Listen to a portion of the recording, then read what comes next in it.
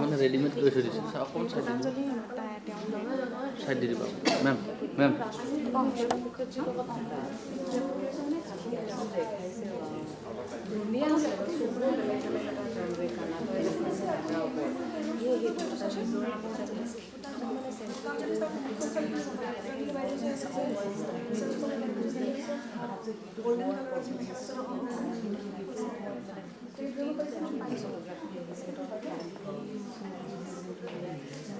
President of Russia, why don't you take pictures? We absolutely have a lion story at the president. I can't believe it. I'll tell you the story. After we know also that one woman is very good with the president, so which is why the access to it more president. He was sleeping with the girlfriend. He back to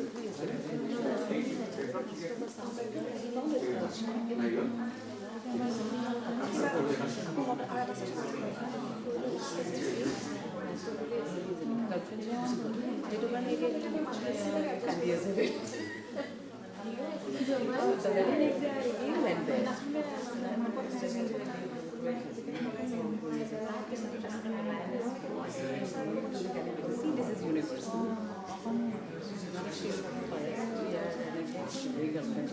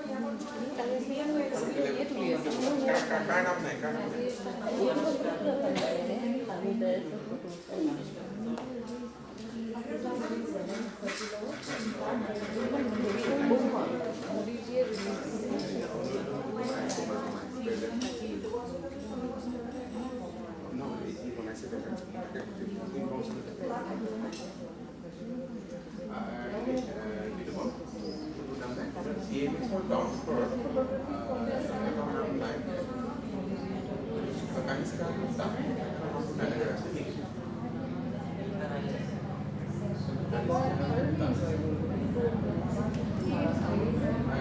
CMS or down floor. CMS down floor.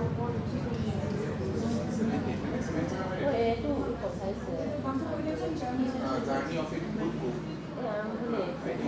Publication.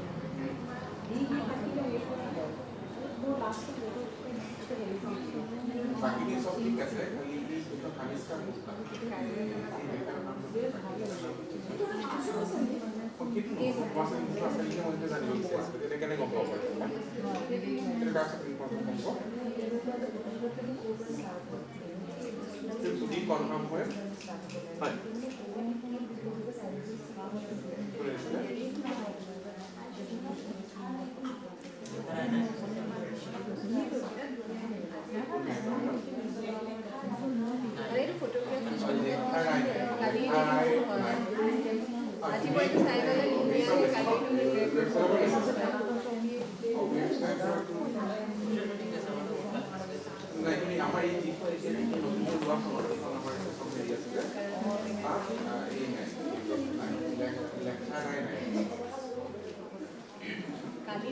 এটা confirm করে রাখো প্রধান ছিল তোমার একটু দিয়েছো এখন তো আমি কার কার নাম আছে না কোন দিন আছে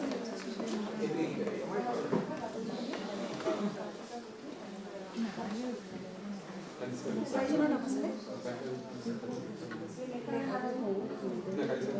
আছে তুমি নাম লেখা নাই এই আছে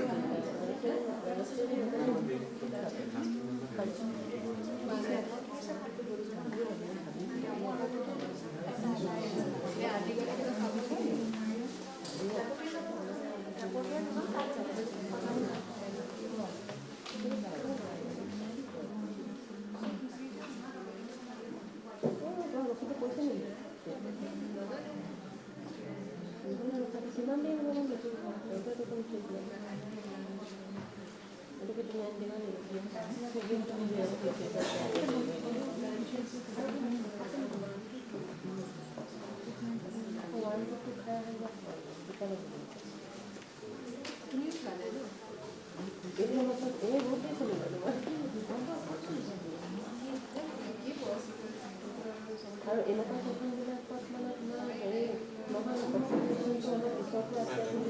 ৰেকৰ্ড কৰা হয় সেইটো ইমিডিয়েট ডিচিজন নাই ন ৰেকৰ্ড নহয় মানে মনতে মাথা কৰিলে আগতে আৰম্ভ কৰিব লাগিব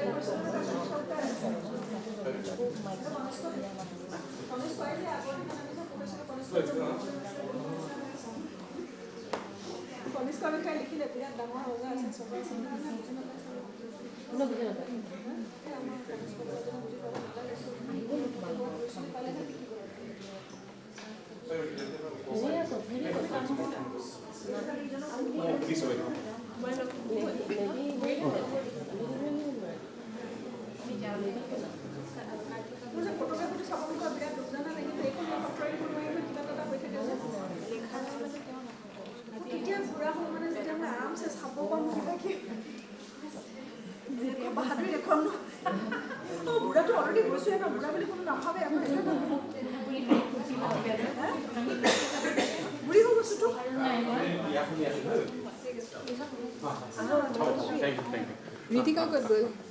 Madam, on the school of against it, so I get to me like this.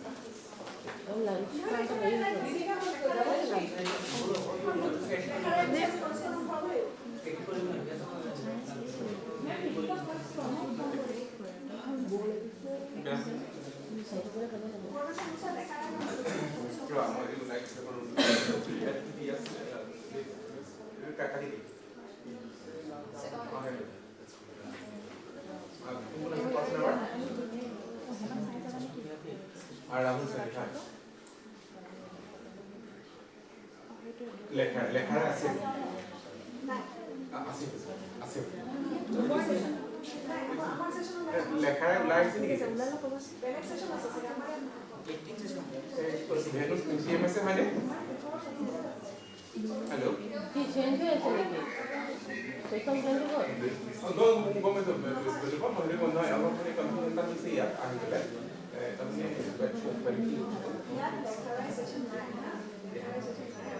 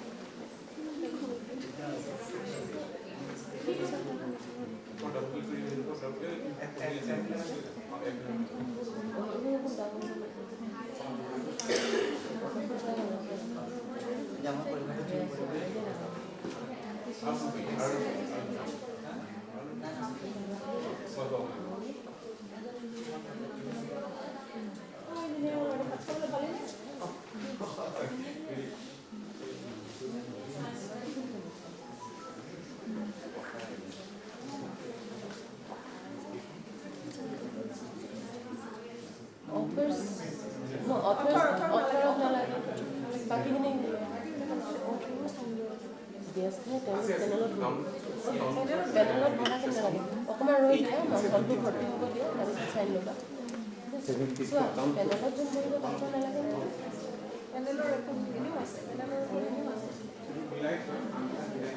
একো দৰকাৰ নাই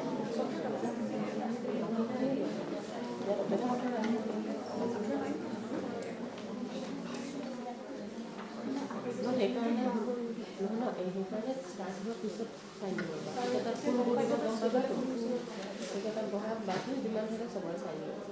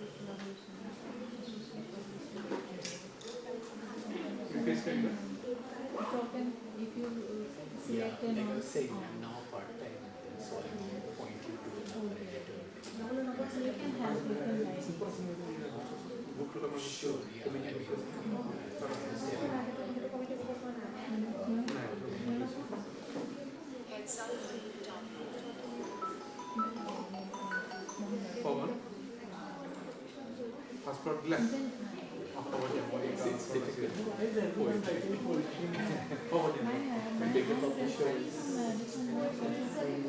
Have been publishing this Bangladesh yeah, Bangladesh, Spain, China. Countries are selected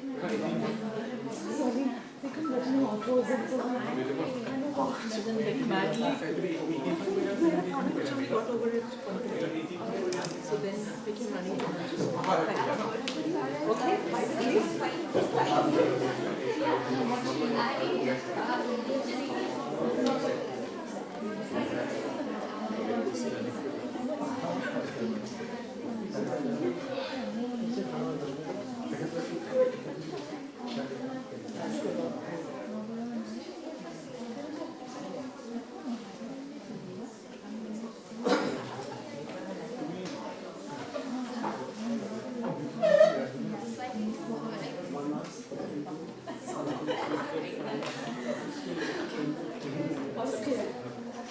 I told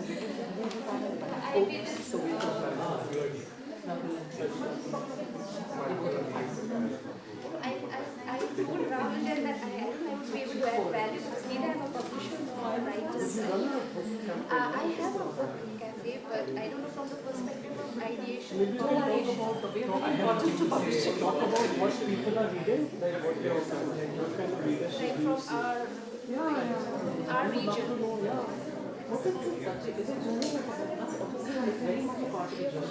Whatever I can see from my perspective, I always add that. That was a private conversation for her to say that she's sitting on the panel. Last minute addition. Come, stop. We'll tell them they want to go. Oh, okay, that's fine.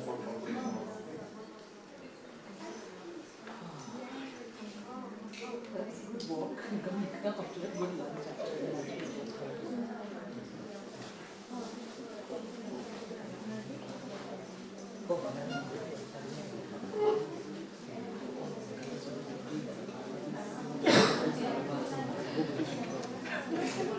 I'm going to start with you because the journey begins with the agent. Then it comes to the editor. Then to the writer, and moderator. I don't get to need to say. Then I will go. 20 is Do I have decided for you also? No, then Dhruva can write who's going to talk about it. So they haven't found this so far. Soon we are going to be cracking inside And jokes and we won't be private. We will not crack any jokes. It will be dead serious. So if you talk about big book business, We also have to have a sense of humor because it's a more difficult business. So.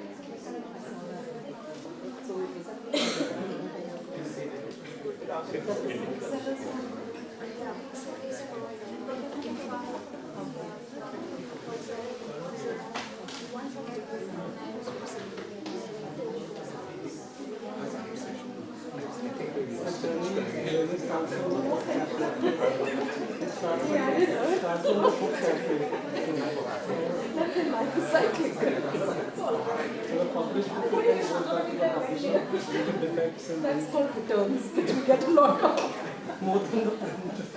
And then it goes back to the Audience of the panel. So please have a seat.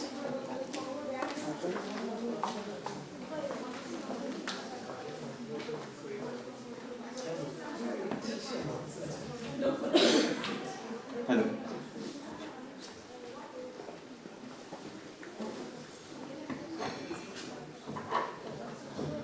Before the session begins, I kindly request all the attendees to kindly turn your phones in silent mode for smooth functioning of the session. Thank you.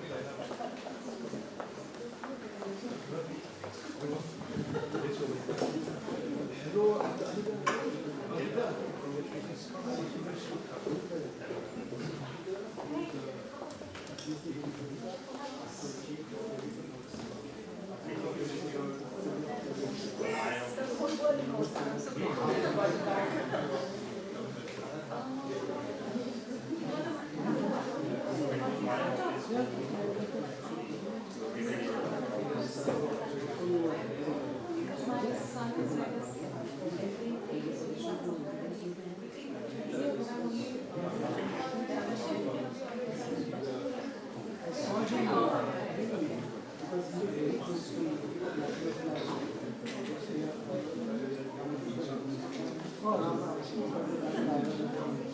he said he wanted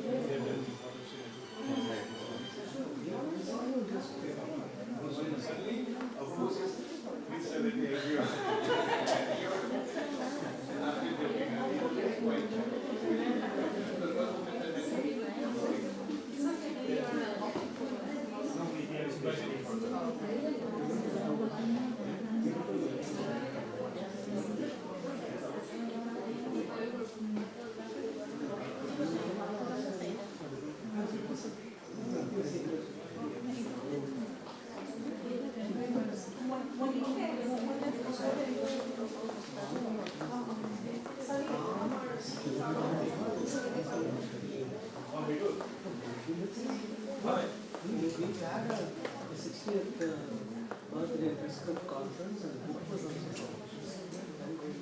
This was 2018.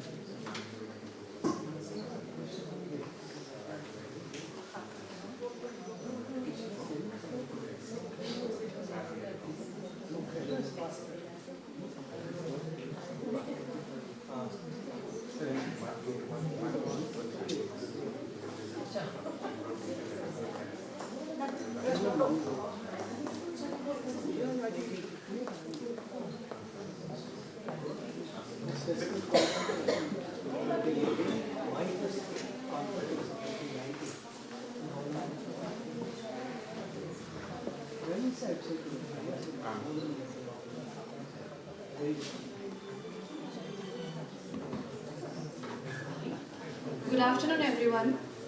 On behalf of Duilf University, I, Putanjali Deka, extend a warm welcome to the Duilf University International Literature Festival 2025. We are delighted to have you join us for the session on Journey of a Good Book from Ideation to Publication. So, without further ado, let us take this opportunity and learn and get inspired from our panel of experts. So please join me in welcoming our distinguished speaker, Dhruva Hazarika sir, to the dais. And I request our volunteers to kindly assist sir to the dais, please. Dhruva Hazarika sir. Your name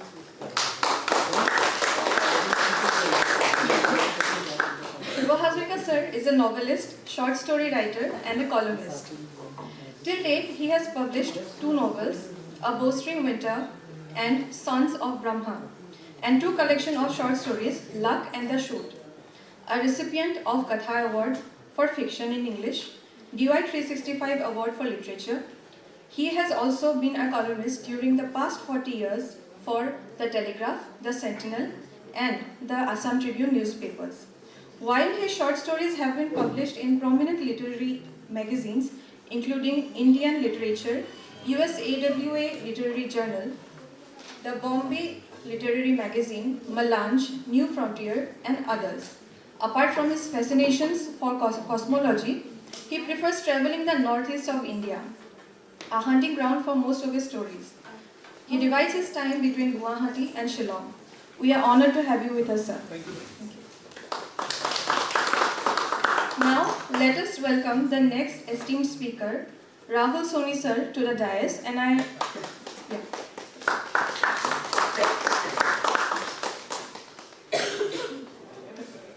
Rahul Soni sir is a writer, editor, and translator. Sir is currently editor-at-large at the HarperCollins India, where over the past 7 years he has published several award-winning books by authors both established and new.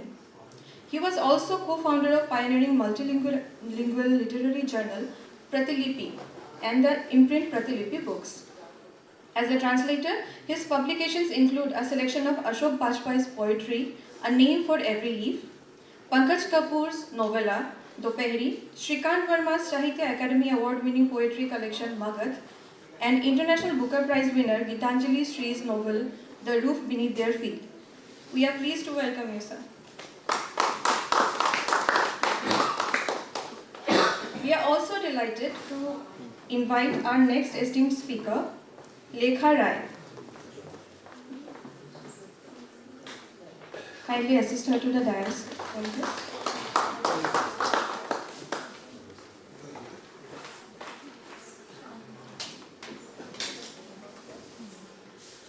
Lekharai ma'am is a certified storyteller with a background in teaching at a couple of universities in Assam and Sikkim. She began her entrepreneurial journey with Cafe The Twins, a bookstore cum cafe in Darjeeling, where she promotes local writers and where she has hosted several literary events. Being a storyteller, she has organized several storytelling sessions in various schools. She founded Kathaghar, the nurturing the young through stories. With an attempt to keep alive the storytelling tradition and foster love of reading among the young generation, she has contributed articles in various magazines and journals. We are delighted to welcome you, ma'am. Now, may I have the pleasure of welcoming our distinguished speaker and moderator of today's session, Karthika VK ma'am, to the dais. Ma'am, please. Isn't Kanishka supposed to be part of the panel? I'm not supposed to be It one. was on the schedule. Yeah, but then I got my name like the schedule and then they put it back on, so I don't know. Okay, fine, sorry, then I'll come up.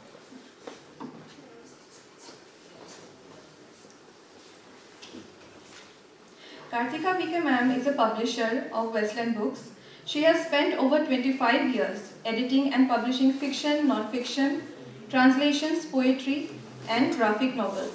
She started her career at Penguin Books India and spent a decade as a publisher at HarperCollins Publisher India before moving to Westland, where she set up a context and imprint that focuses on literature and politics.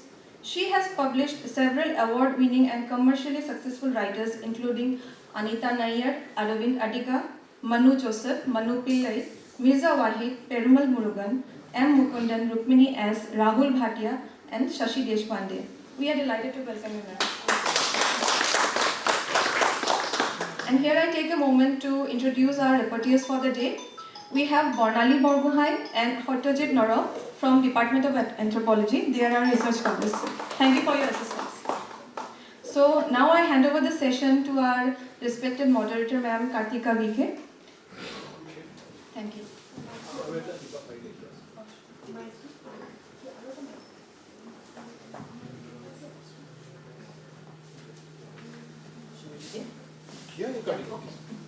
Hello everyone.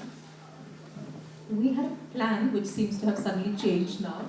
So, no, that's okay, not you. You were the end anyway. So, but on the subject of the journey of a book, of a good book, it obviously begins with the author, with the writer, but we're going to do this slightly differently and let the writer set in a little later.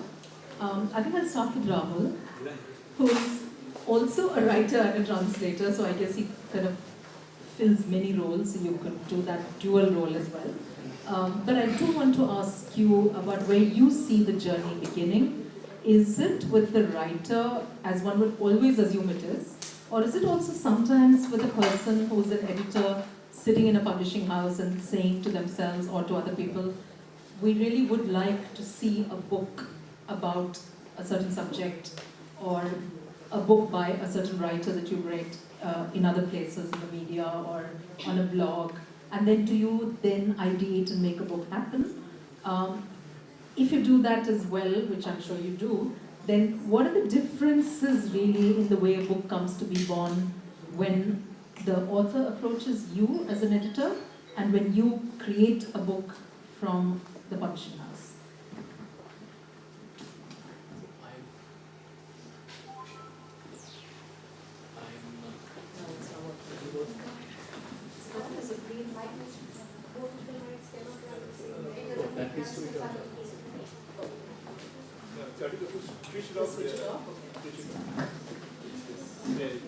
No. Oh, it is working. Yeah. So I was saying, not quite sure I'm the best person to answer that. Simply, Can you hear him? I think it's cutting in and out, right?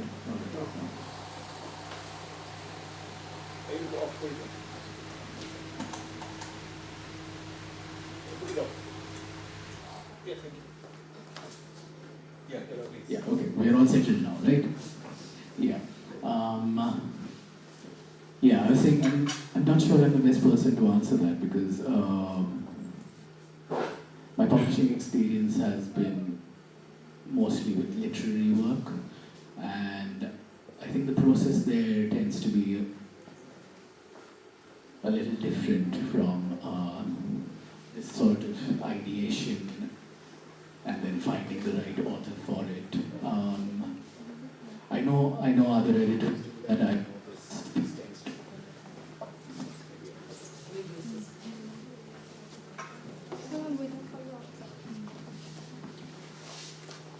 So yeah, I'm aware that other editors, other divisions, like in Harper we have the literary division, of course we have the non-fiction division, we have a commercial division. So there are these different kinds of books that we do in any large publisher. And other divisions do want to take that approach, which is you look at the market, you look at what is not out there, you look at what people are searching for, and then try to come up with something that fills in a perceived gap that there might be hopefully readers for. But that doesn't tend to be the kind of publishing I do, and I'm not even sure I'm a fan of that, honestly. I mean, I think very, very strongly that we all publish very, very much, way too much anyway. And we need to, we need to be wary of this process of industrializing the manufacture of art. But like I said, I come from a literary perspective and not necessarily a book selling perspective. It might just be me. Maybe it's closer. Just go upstairs and see. There's an extra mic upstairs. Let's see. Can you hear me now? Yeah. See, it works. No, you really gladden my heart when you say that, because I would like to believe too that publishing books is a very dead serious endeavor, as you were saying earlier. It should be. We should be producing books that add value in whatever way to our own cultural, creative minds and lives. But it doesn't always happen that way, we know that. And yet, I think that when you say, therefore, that the process is different, I think for an audience, especially of students, maybe it's still useful to tell us how does that process work then? When it starts.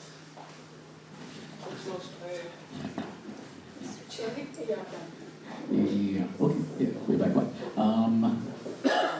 So, okay, how it works for me. And it starts with the author, right? You have someone who's written a book. They will approach you either directly or through an agent, such as one we have over here, who is supposed to be here. We'll keep saying that.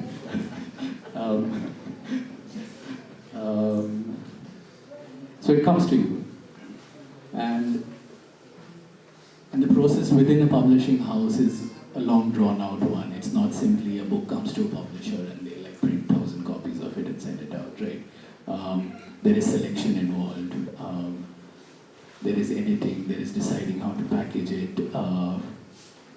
Then there is the actual production of it, all the work that goes into bringing it, turning it into a physical product,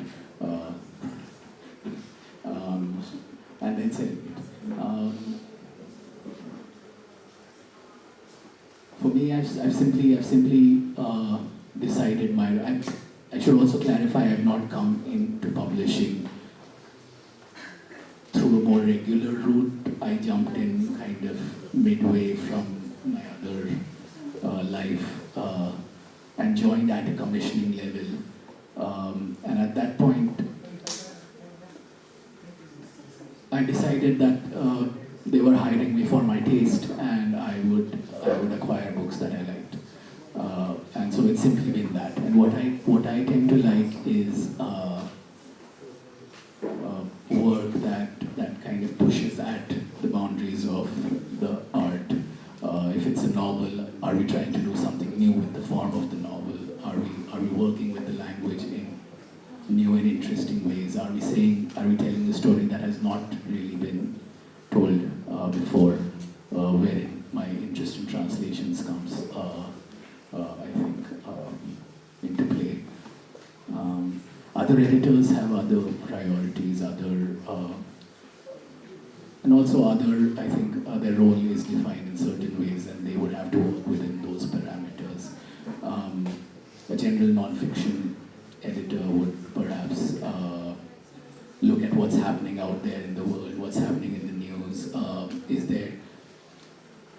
and find, say, a journalist who would be the right person to tell this or lay out the background and tell the story of this particular event, let's say. Or if it's a more commercially minded list that we're looking at, they might tap into Amazon's search figures, who is searching for what, and then try to come up with an idea about, okay, this is a book that is not out there, but everything people are searching for leads to the conception of this sort of book. And so they then try to search out an author for that and create that. So yeah, there's different ways to approach it. Tell us something about the ideation, because does it always happen like a stream of consciousness of from the editorial point of view, you mean? Because the title is Ideation to Publication. How Right. does ideation So, well, it's a journey actually. But how do we ideate a book? I suppose in a publishing house, there's a bunch of people who are called editors, who are acquiring editors or acquisition or commissioning editors. And we basically discuss what we think should be published on the basis of proposals that come in. Some people will send in manuscripts, agents will send in manuscripts or proposals. Often it'll be like people we know might call and say, I met someone or I read something and I think you should meet this person, and so we go across and meet them or talk to them. So there are multiple ways in which ideas will reach an editor in a publishing house, at which point there is that other next stage which is about figuring out if this is viable for the publishing house. 2-3 points. One is, are we the right publishers for that book? As in, is this particular editor, this particular publisher the right fit for that subject in that book? 2, whether we know a way to make the most of this book editorially, but also do we know how to market this book? Do we know how to sell this book? Is there a place in the market for another book on this subject? Or maybe if it's a first-time writer, do we know how to, does this person have a profile that's marketable and saleable? So all of these questions are asked of each other. So there's usually editors, sales people, and marketing people involved in this decision. Not so much finance in our case, at least. I think in most cases not finance yet. But we've all figured out these Excel sheets which tell us what is possible, what margins can you make from what books, and then we all work on that. And we basically, publishing works on very, very narrow margins. We're lucky if we, at the end of a book's journey, end up with something like, 7% of a margin, 7 to 10% on a single book. And so that's roughly what the author ends up earning as well, the royalties, they also earn on sales. So the margin is so narrow that there's very little room for error. If you get it wrong, if you projected a sale of 5,000 copies, you thought that's what it would sell, and then it ends up selling 2,000 copies, your margin is pretty much so diminished that it's non-existent. So there's a lot riding on that projection that we do, the thinking through. So that early stage of the publishing house coming together to say, yes, we believe this book will work and we want to publish it and we know how to publish it right, that is the most important stage. It's also a stage where everybody's committing to this. So if I'm an editor and I say, I love this book and I'm going to publish it, that doesn't carry enough weight until the sales head and the marketing head also say, we're also good with this. We think these numbers work. We think we can do so many copies. And we think we know how to market this. What are the ways to do this? Once you've done that, it's like your company has committed to this. You can't, we think that's how it should be anyway. There's no question about later turning around and say, well, that was a bad book, obviously it didn't sell. you know, or that we pay too much advance for that, obviously. But everybody has agreed in this, you know, first instance. So then it becomes like a collaborative project. We all need to see that book win the way we thought it should win. And then it becomes a kind of longish struggle after that, where we will come to all the other aspects of publishing and sending out the book to trade. But that, in brief, is how the process happens in the publishing house, at least. And I think what Rahul said is, you know, that we are publishing too much at this point is one of the points he made, which is, I think, very true. There is a lot of publishing, but there's also two kinds of publishing. There's publishing by publishing houses, and then there's self-publishing, which also is very, very big at the moment and is getting bigger and bigger. And the number of bookshops that receive these books are pretty much the same. So there's a big discrepancy between the number of titles being published and the spaces that are there to receive them, except of course Amazon, which receives everything, including pirated books. So that's a different matter altogether. But with that, we must turn to the bookseller here. There's a bookshop that you have in Siliguri, Yes. where you keep books of different languages, or Yeah, will you take mine? Yeah. So will you tell us a little bit about what happens once this book is published, and how does it reach you, and what do you then do with it? So I would just like to share my experiences as a bookseller. Like after the ideation and after the publication process is over, then the books comes to us.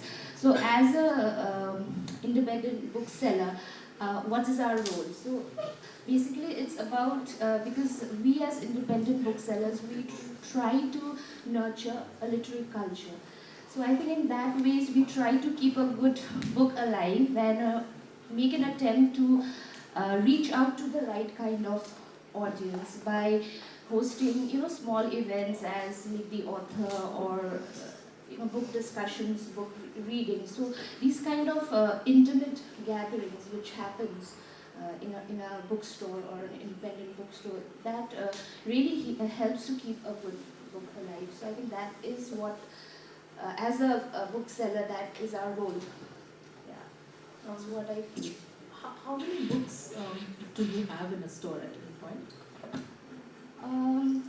Ours is a small bookshop, so we cannot keep a lot of titles because we have to be very mindful while curating books, and all books don't sell.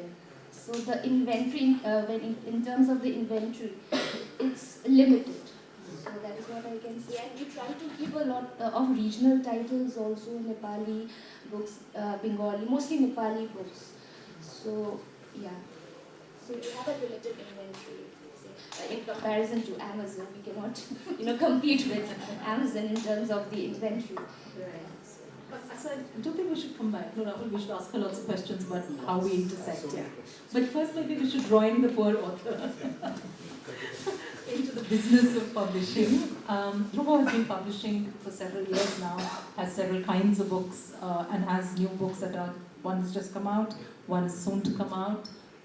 So I think you know all about the pleasure, but also the pressures of publishing, and also now, while organizing this festival, you're obviously doing a second sort of role in the publishing journey of books.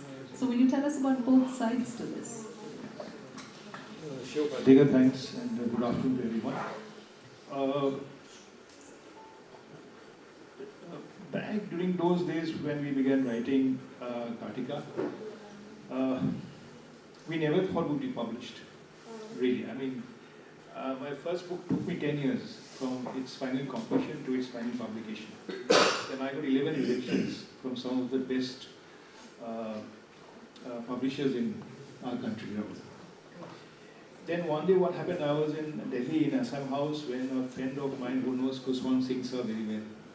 And he says, Dhruva, would you like to have a shot in the evening? You know what I mean by shot. I said, if you want to do that, you come along and meet sir. I always called him sir. So he went over and he says, sir, Dhruva's written a book, can he hand it over to you? And he said, sure. I said, there's no point. He's been rejected about 10 times, 10, 11 times. He said, you send it to me. We were there waiting for half an hour. It's getting late. I'm just deliberately telling you this for the younger crowd. Never give up hope. So I went to him, I gave it to him, And then there's my sister, elder sister, Rita Devi, Bhim Singh's wife. I mean, this is again Delhi lore, you know. So Rita Devi is basically from Assam. So she knows Swansa well. And 2 weeks later, he sends me a card. I still have it with me. It's one of my cherished cards. He says, Mr. Hazarika, he wrote, Mr. Hazarika, I loved your novel. So I said, oh my God, this is it, I thought. I mean, at least I don't want it published anymore, you know. I said, this is it. Someone loves my book, and Khuswan Singh, sir, he's a legend for us. Whatever he writes, he may make you laugh, he may write Train to Pakistan, and he may write the history of the Sikhs, but Khuswan Singh is Khuswan Singh, for one. So then what happened, I got the guts. I had no confidence. I still don't have that. Every day is a battle around fighting with my own soul to tell myself that this stuff is okay. Because yes, this morning I think Megha Rao said that the writer writes basically for himself. He's an egoistic, or she's an egoistic person, because he wants that art to be very present and very, very true and incredibly honest to his soul. If that doesn't happen, the rest is not worth it. Some people write for art, some people write for commerce. I who write for art, because I thankfully had a source of income as a civil servant, so I didn't have to worry too much about my daily intake of bread and butter. What happened, we have a small club of writers back then in 1995-96. Kartika, you know, the North Writers Forum. We have some incredible good friends, you know, one like Mamang Daik, Robin Nangom, Kinfam Sin Nongkinri, Kinfam Kartika has published. So one day we were chatting, and very timidly, very tentatively, I blurted out to Mama that, Mama, you know, Khuswan sir said well about me. He says, hey, why don't you send it to Penguin? I've sent my manuscript. I said, come on, Penguin. I mean, I'm from Hengarabari, from the forest area here in Guwahati, and what are you talking about? I sent it over, and Kartika received that manuscript. Kartika, I hope I'm keeping my memories okay. This is not fiction. You know, it sounds like fiction to me now, because when you're young and eager and ambitious, and it's not so much of fame and fortune as much as a mentor telling you that, it's like your teacher telling you, you know, Dhruva, you've done a good job. So the editor is my teacher. I mean, and they know more about the publishing world than you'll ever know. They know more about the merit behind your words, and especially about storytelling, which requires a lot of imaginative power. Hopefully, we do possess an inkling of that. So to cut a long story short, I rang up Kartika a month later or 45 days later when I was next in Delhi. The desk person rang up. I said, I'm Mr. So-and-so. I said, he was very, very good to me. He says, yes. Kartika, you know, he connected Kartika, and he says, I said, ma'am, I'm Mr. Hazarika. I'm Hazarika speaking, not Mr. Mind. So he said, then, you know, I'll not go further into it, because it's again waxing eloquent about my own journey. What I want to tell you, that the idea born in my, I started writing when in school. I was this editor both for school and college magazine. This book was books were reading were a part of my life in my family. But this book of mine, Bowstring Winter, the germ took place while I was being bored stiff during my economic class by a professor whom I admire, but he bored me stiff during that. And so I had written up the first page of, I just thought, just let me talk about these characters. These 3-4 characters, drunks, they were drunks I had really met in a restaurant in Shillong, and they were basically with the underbelly of Shillong. They were street fighters, they were ruthless guys. One was later on found to be a rapist and got away with it.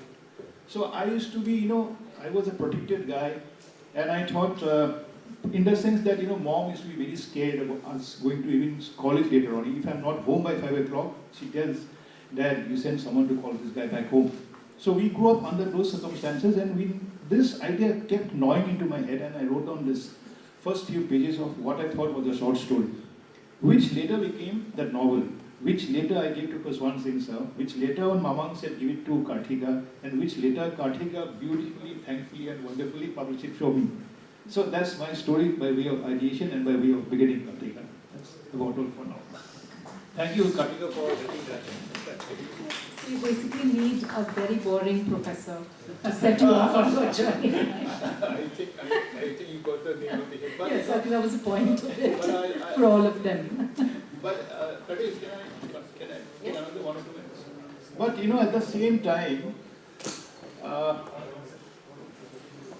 when you're down and out, you need somebody who's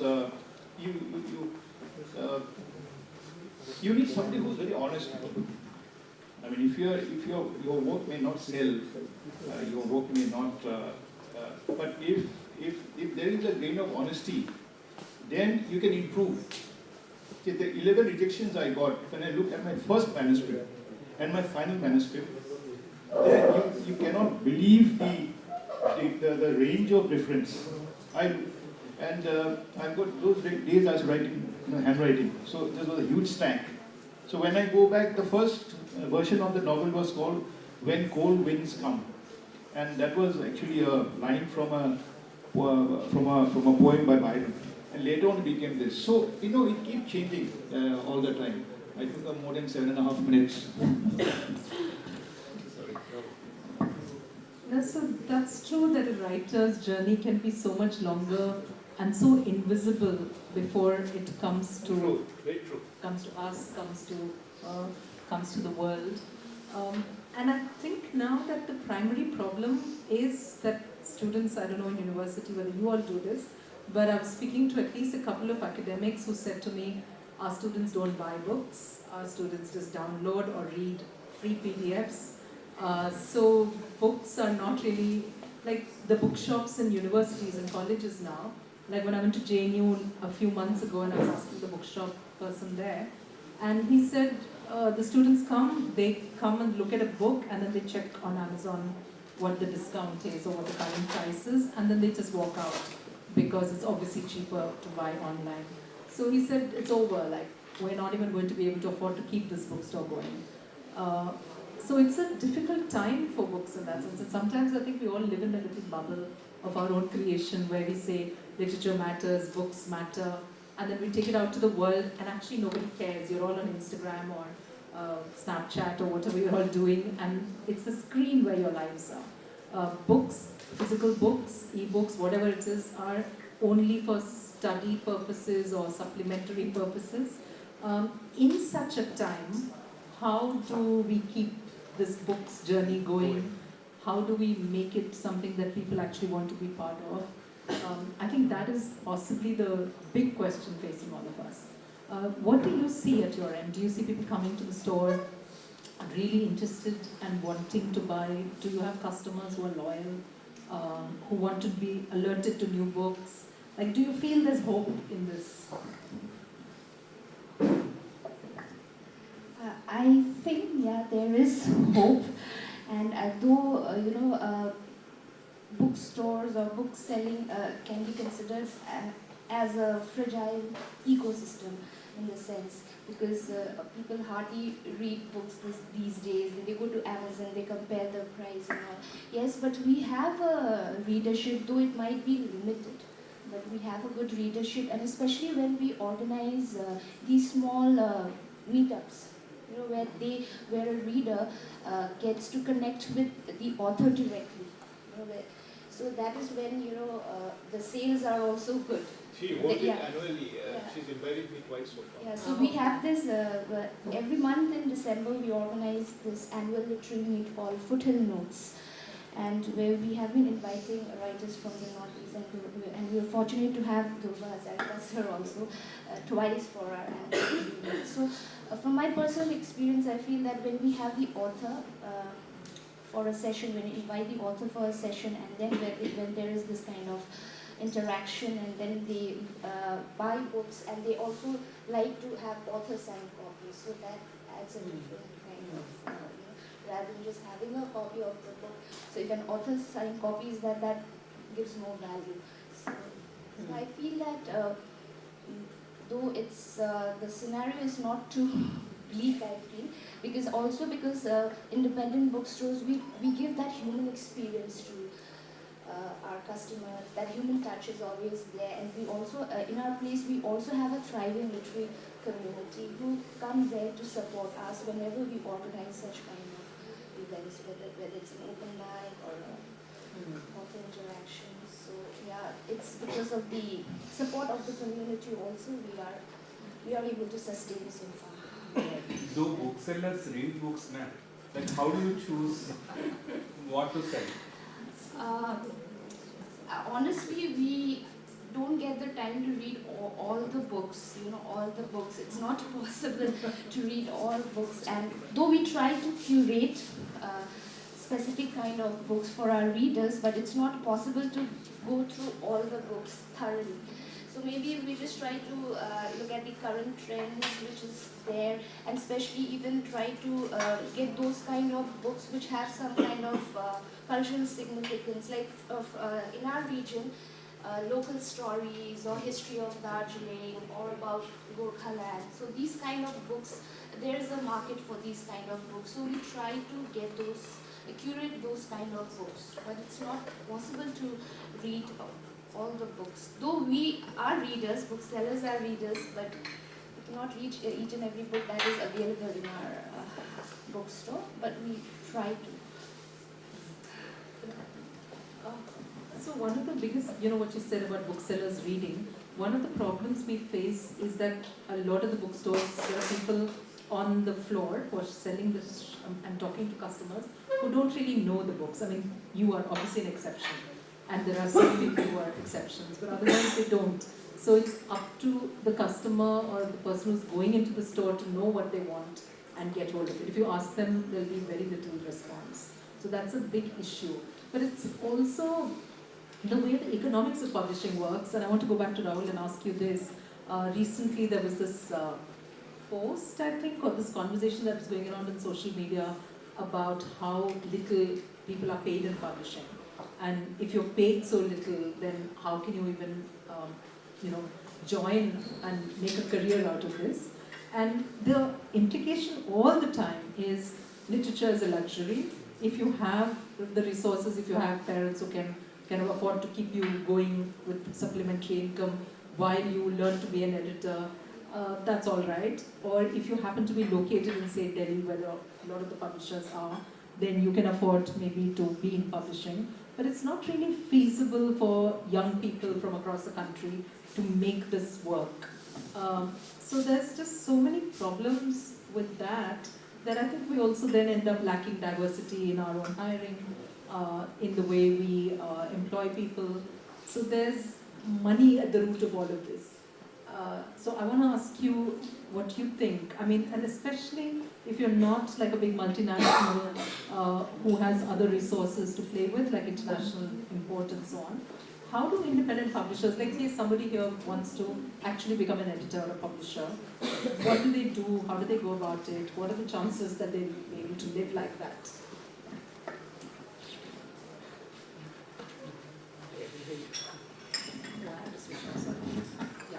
Yeah, everything you're saying I completely agree with.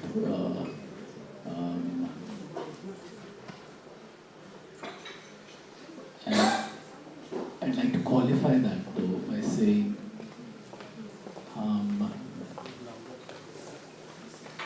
that we're over here, we're talking about English language publishing. And English language publishing in India is like a very specific thing. You can't look at the UK markets and the models, you can't look at the US markets and models and say, okay, we understand India as well in terms of English language publishing. English in India, because of our history, has and remains, again, more qualifications here. English, literary competence in English, whether it's as a reader or as a writer, in India, remains a very, very, very exclusive place by virtue of our history. It is almost entirely the realm of very privileged people. These are the people who will have that sort of fallback.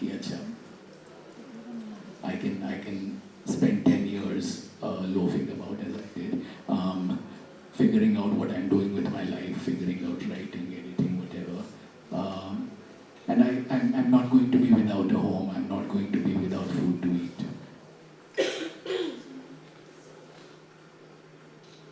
So it's not going to be diverse. And the readership is equally minuscule, which is why the economics of it is not really going to work. Again, this is literary writing in English that I'm talking about. There is a market for books that fall under this largish umbrella of self-improvement of some manner. And India is apparently one of the biggest publishing markets, right, in the world. But unlike most places in the world, I think it's about 96% of the publishing in India is education. Non-fiction. Education, textbooks. And over here we're not talking about that. We're talking about like a very small corner of the 4% that remains. And yeah, there was. And of that 4%, what we're talking about as in serious literature, history, politics, etc., is like a small part. The biggest part are things like the subtle art of not giving a fuck, or whatever, all the many get-rich-quick or whatever they're called. But those are also really interesting books. I mean, the 7 Atomic Habits sells lakhs of copies every year. Yeah. Ikigai sells lakhs of copies. So we know that this is a market, and people think that they need books to make their lives better, which is a great thing for a book to do, but they don't seem to see that fiction can make your life better as well. A short story can transform your life. That understanding of literature as transformative, I think, is not a mass understanding. It's mostly about the very obvious techniques to live and make life better by earning more, loving more, or whatever else it is. The key word is quickly, get rich quick. Literature is a long game. You're thinking decades, you're thinking centuries if you're publishing, writing, anything that is of value, or if you're thinking of creating anything of lasting value. We are looking at books that will teach you to get rich quick. And quick is, of course, key. Yeah, literature will never do that. Actually, if you tilted that scale of ambition and you said, what is the really ambitious thing to do? To write a book that can sell 100,000 copies this first year? Or is it to write a book that will change even one person's life forever, which means then changing the life of many people around them and perhaps many others by extension? I think most people, even writers now, want to sell quick. Yeah. So that has also transformed the way we get to publish and the way we talk about books and sell books. Because writers are also not willing to commit to that task of spending 10 years writing a book and then selling 2,000-3,000 copies. They're very clever now. They know that if you have to do it, you have to do it this other way. So there is this new thing that's been has swept the world, which is the healing fiction. I don't know if you've come across this category. Yeah. So everybody wants to now publish and read healing fiction. We've combined life improvement with short novellas, and they come in from Japan, from Korea, from China, and they're beautiful books, they're very well written books. But again, they are really about making life a little better, mind a little better. And it seems to kind of connect with our whole crisis of mental health, especially among young people. So suddenly I think there's a new way in which fiction is trying to confront this fact of combining literature with life. I don't know if you're selling a lot more of that. I don't know if you as a writer have come across this as a category to read and write into. I'm curious. Yeah, Radhika, I do read non-fiction as much as I read fiction, but fiction is basically my cup of tea in terms of reading. I'm more of a reader than a so-called writer, Your question was whether these kind of books are for my generation. I'm almost 70. So I don't think it's my cup of tea. And none of the other friends I have who are what we call, very, in a very elitist way, creative writers. I think we are all creative writers. Whether you write fiction or non-fiction, you write about the ocean or about the Himalaya, we are all creative in our own way, Katika. But somewhere we got stuck with that dream idea about, being happy with our own imagination. We have given so much of credibility to our imagination that is a parallel life we love to live through the written word. And it's a compulsion. I think without that, I would be dead. And I'm not trying to sound very dramatic or tragic or heroic about it, but very frankly, I would be very sick, I'll probably be troubling everyone, ranting and God knows what I'll do. But the fact that I do scribble every day, if not this in a disciplined way, but 4 lines into my diary, or the second 2 lines of the 4th paragraph of the proposed novel, I go back home, I go to my room, I sleep well. And when I read a book, like say for example, I'm now reading Guns, Missionaries, and I've just started Manu Pillai's book. I just got it about a week back. I'm going to enjoy that book, I know, because I never met him. But I love that the way he starts off, the first 4 pages. So that instinct in me tells me this is going to be a good book.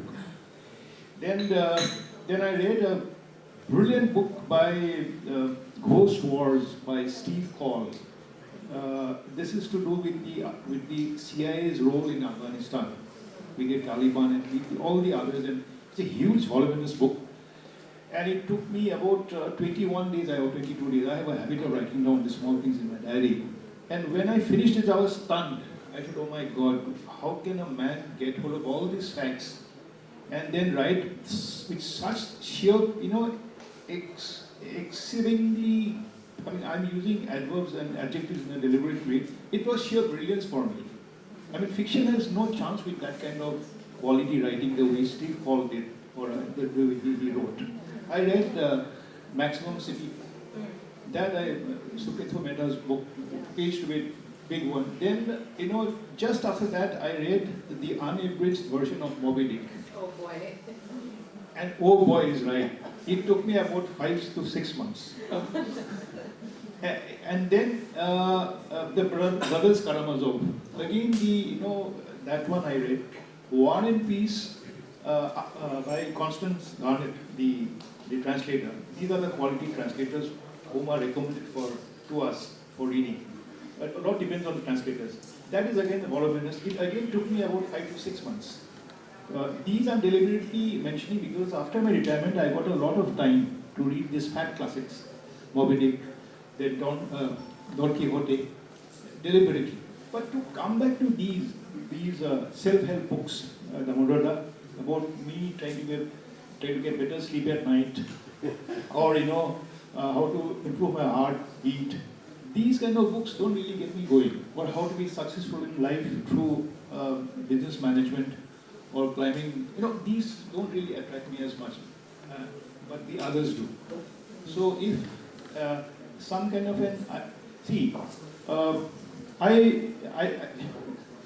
there are certain stories that inspired me to write stories. There was this guy, The Garden at Forking Path, the short story by George Louis Borges. So when I finished writing this, reading that story of Borges, I just went to my room, locked myself up, and scribbled down the skeleton or a sketch of a proposed short story. So what happens when you read these writers who inspire you? You are actually borrowing from them.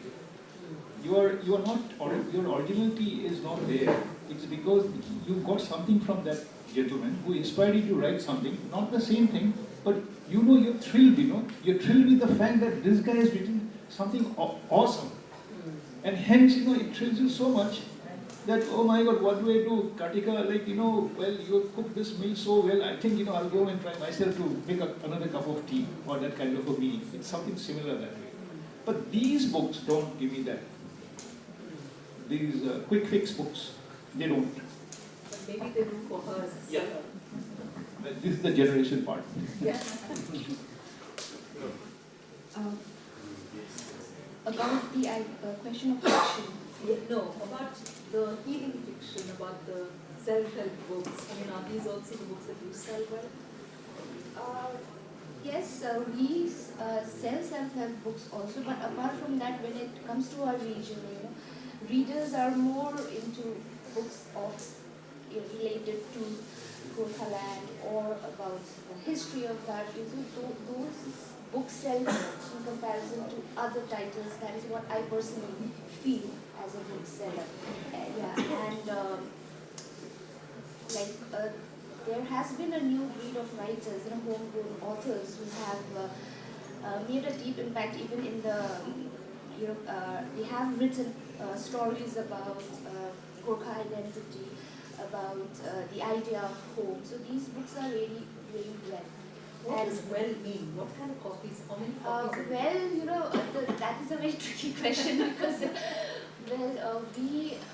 I think the publisher, I don't know how many copies do they publish, maybe 500 or 1,000, not many. So from my bookstore, maybe I have sold around, if I say maybe 50 or so, and I think that's also for me as a bookseller, that's a good number. Satyar's book you sold quite a lot. You sold So maybe during the when we had the book launch, we sold around 30 copies. Okay. So when there was a book launch, and it was about Gorkhaland, about the Gorkhaland movement, so people were very keen to know about it. So we do not have good literature on the movement of Gorkhaland, and also people were very interested and they bought the book. So it's like, again, as Sir just in the beginning, he just told about commercialization of art.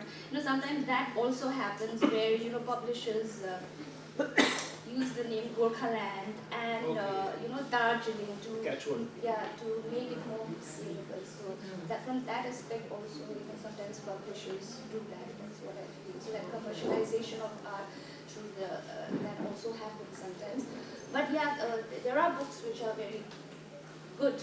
They are well written, well researched, but the other side is also there where there is commercialization of art by highlighting on this is a book about Gorkhaland, this is a book about Darjeeling, so that aspect is also there.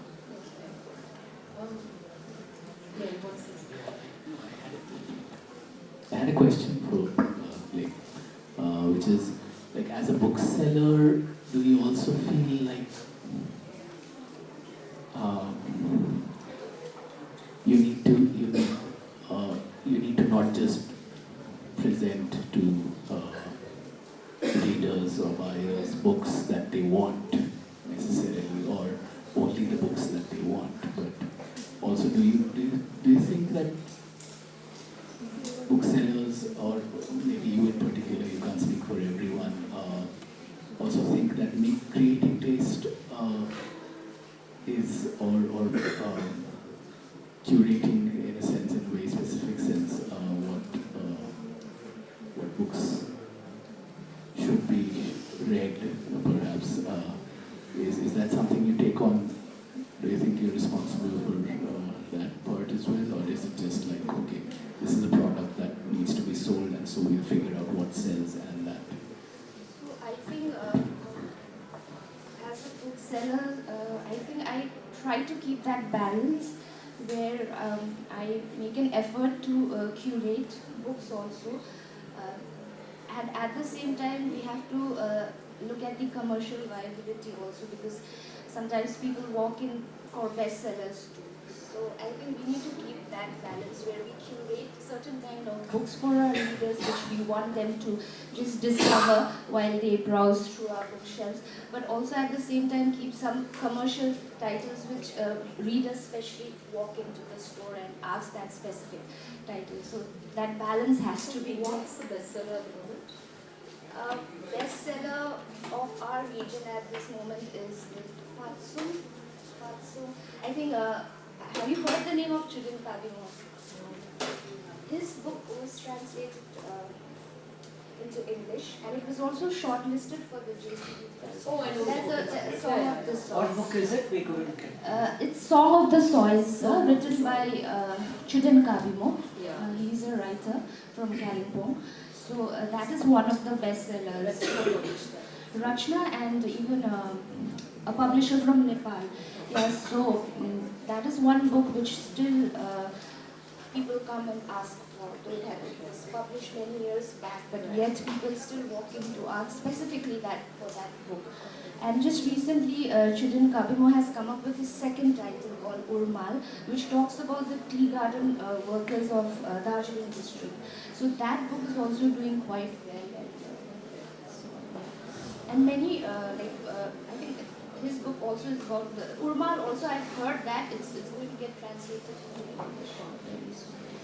So it's good to see that our stories are reaching a wider audience. Can I ask if you have questions since we are now? Yeah. Is it my question? Yeah. Or what's yours?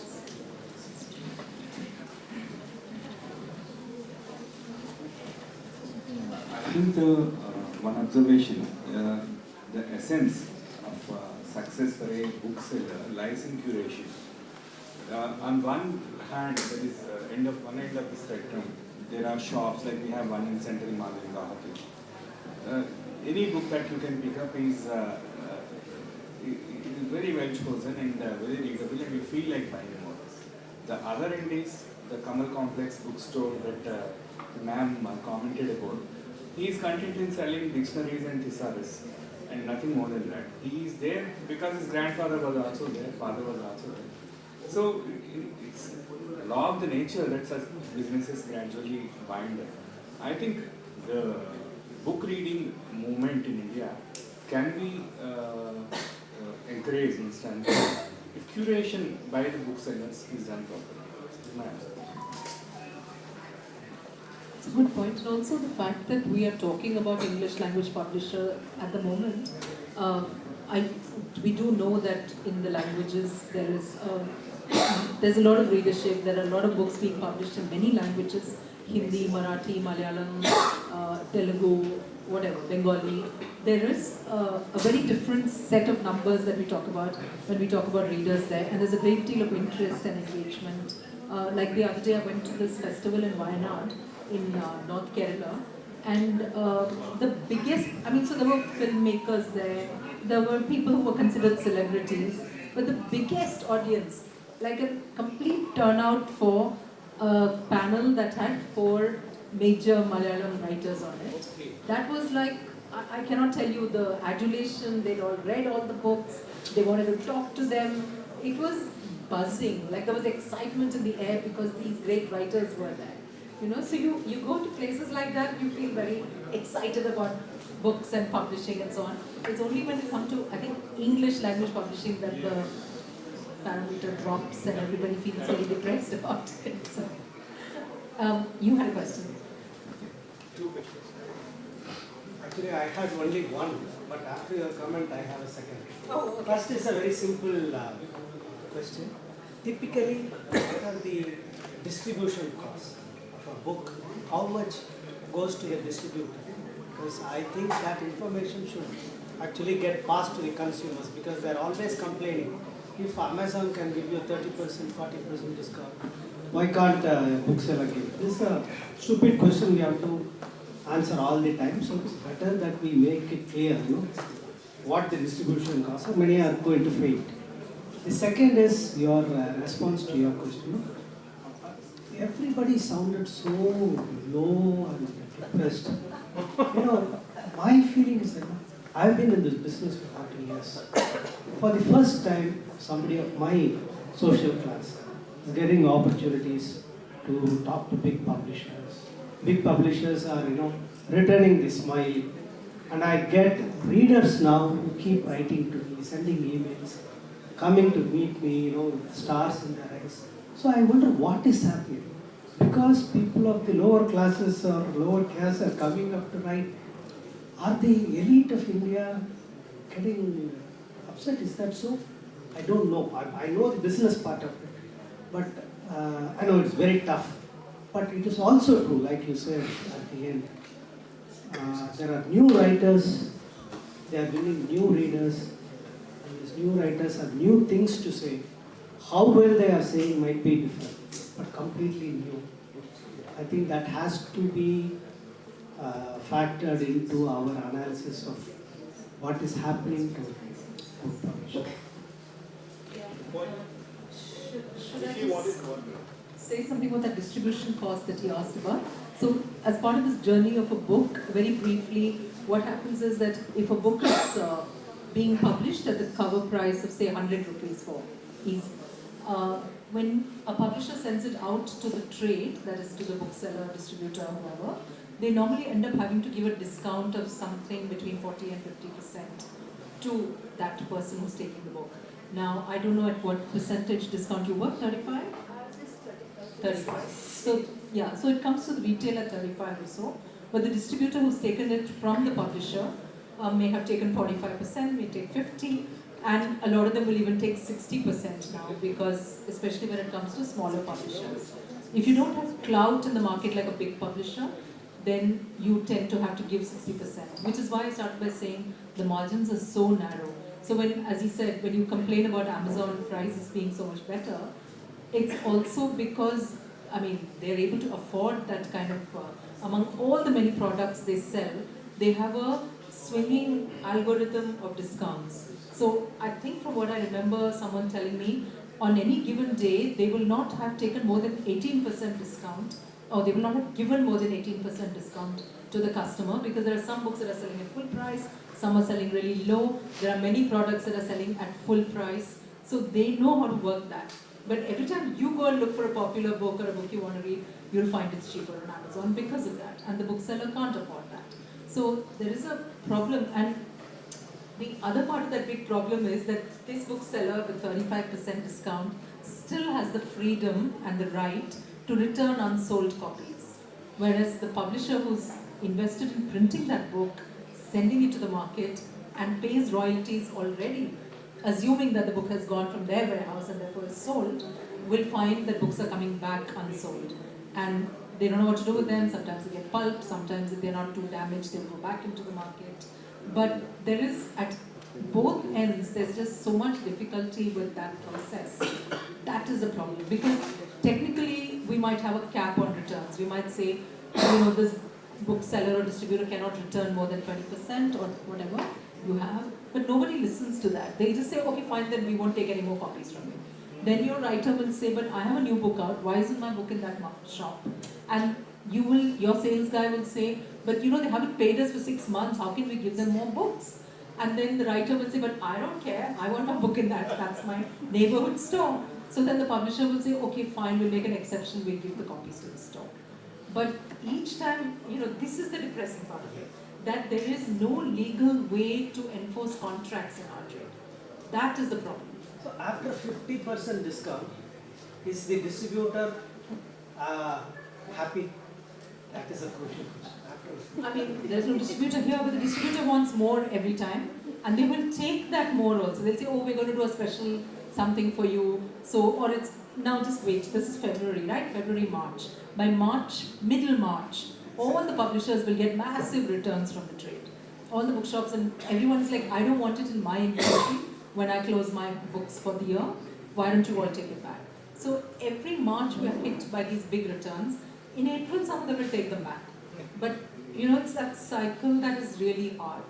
So either you have to go back to publishing the old way, you get cash, you give cash, you pay, 2 kilo ka kitab le lo and go sell it to the market. Maybe that's simpler, I don't know. It is really, really hard to be in publishing these days. That is a problem. What was the second part? I'd like someone else to... Sure. So I was asking that Rekha was talking about the healing books.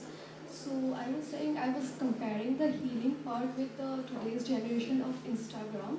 So there are many posts about healing, and they are given much preference over the original poets who actually represent proper art, or any writers who are actually writing something good. So those are not preferred.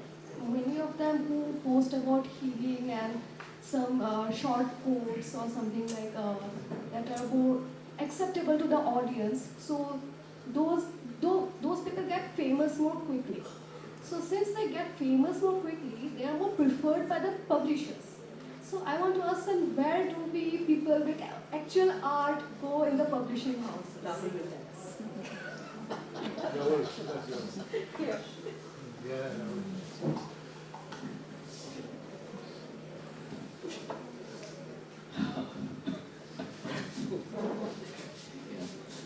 And what we really need, and I know it's hard to do, there are lots of challenges. What we really need is a thriving small publishing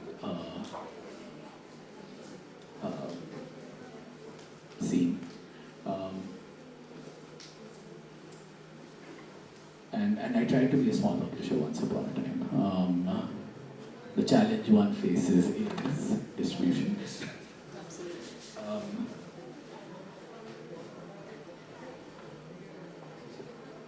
Yeah, any big distributors which have reach into most retail across the country, it's impossible to try and get them to take on books for small publishers. But the only way you can have a literary culture that is outside of these commercial considerations to a large extent is if you have a thriving small press scene. You can't depend on large publishers to do that because they have a lot of other considerations. Literary work will only be a small corner of what they do, and it won't be what makes them money. It will be where they lose money, in fact. So they can only do that to such an extent. It can't be their entire reason for existence. Yeah, small presses will be what can save this, I think, and we need more of them.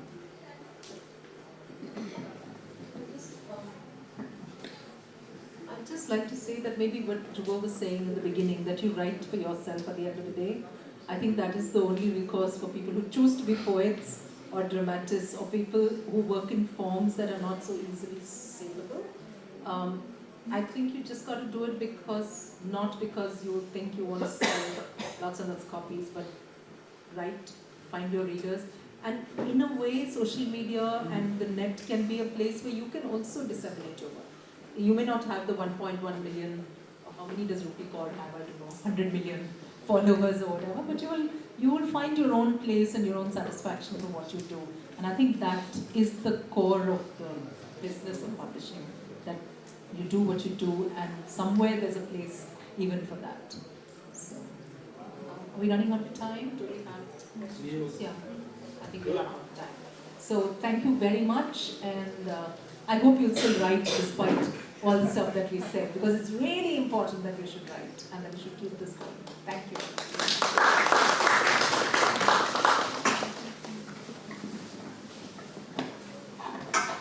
I will just take a moment to formally close this session. I would like to thank our esteemed panel of experts for this very informative session. It is it is a big privilege for us and a great pleasure to be in such a session. And so on behalf of everyone present, I would like to extend my heartfelt gratitude for your time and thoughtful contribution. And also, I would like to thank our audience for your presence and attentive listening. And also, I would like to thank our reporters, volunteers, technical team, and everyone for successfully carrying out this session. Thank you.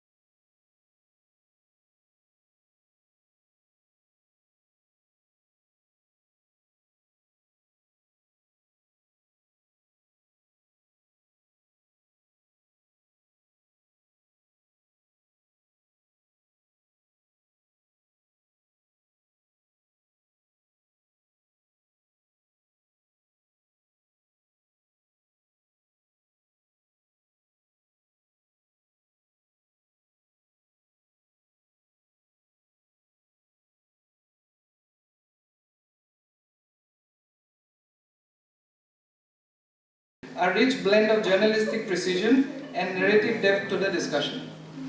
Mr. Jairam N. Menon, a multifaceted writer with experience as an author, scriptwriter, brand builder, consultant and journalist whose diverse expertise will illuminate the many facets of biographical storytelling.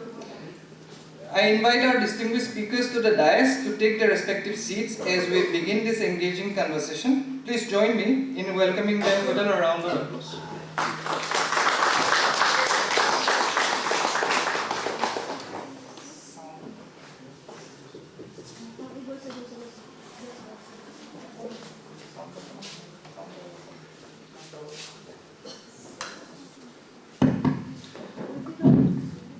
So I'll introduce the moderator first. He's Mr. Rahul Jain, who is a curator and chief coordinator of Dibrugarh University Literature Festival. He was the artistic director of Brahmaputra Literature Festival, one of the biggest literary events in Eastern India for 2018 and 19, and chief coordinator in 2017. Besides, he was the festival director of the first Meghalaya International Film Festival in 2023 and the artistic director of Guwahati International Film Festival in 2018. The chief coordinator of the inaugural Guwahati International Film Festival in 2017, besides being the curator and programmer of the first Guwahati International Documentary Short and Animation Film Festival in 2019. In 2018, he was invited by the government of Latvia as a guest to the Riga International Film Festival and to visit the country's cultural institutions to strengthen Indo-Latvian cooperation in the field of art and culture, literature and films. A widely traveled man, he has been a media professional since 2001. Now to introduce the first speaker, Mr. A.R. Venkatachalapati. He is an author, translator and editor. He is a professor of history at Madras Institute of Development Studies. So his latest book is the brief history of a very big book, The Making of the Tamil Encyclopedia. He has written 4 other books of non-fiction. He has edited and co-edited several dozen articles in journals and books in Tamil and English. Our next speaker is Mrs. Soma Das. Soma Das is an author and a former business journalist. Soma's book in prominent journalist Dilip Sanghvi, The Reluctant Billionaire, was nominated for Tata Literature Awards among others. A bestseller on Amazon and released for weeks, the book earned rave reviews from the media. A campus fiction, Something of a Mocktail, authored by her in 2007, was also a national bestseller. Currently, she is working on 2 more books which are commissioned by Penguin Random House. Madam Soma was a senior business journalist for over a decade in leading publications including the Economic Times and the Financial Express. Since 2018, she has been associated with projects of international development agencies in matters related to policy research and public policy strategy. Our last speaker, Mr. Jairam N. Menon, began as a sub-editor and reporter with Free Press Journal, a Mumbai-based newspaper. Jairam N. Menon sir has done many roles, including as an advertising copywriter, internal communicator, scriptwriter of documentary films, corporate brand builder, freelance journalist, consultant, and an author. He joined Larsen & Toubro in 1977 and continued to be with the engineering and construction conglomerate currently as a communication consultant. His articles have featured in the Times of India, the Indian Express, the Hindu, and the Week Online. His book, Masala Chai for the Soul, a tongue-in-cheek guide to lasting happiness, is rated among the best in its category according to Amazon rankings. With this, I would like to conclude the introduction to the speakers and the moderator. Now I would like to request Mr. Rahul Jain to take over the session. Thank you. Thank you. Thank you. Good job. Well, the introduction of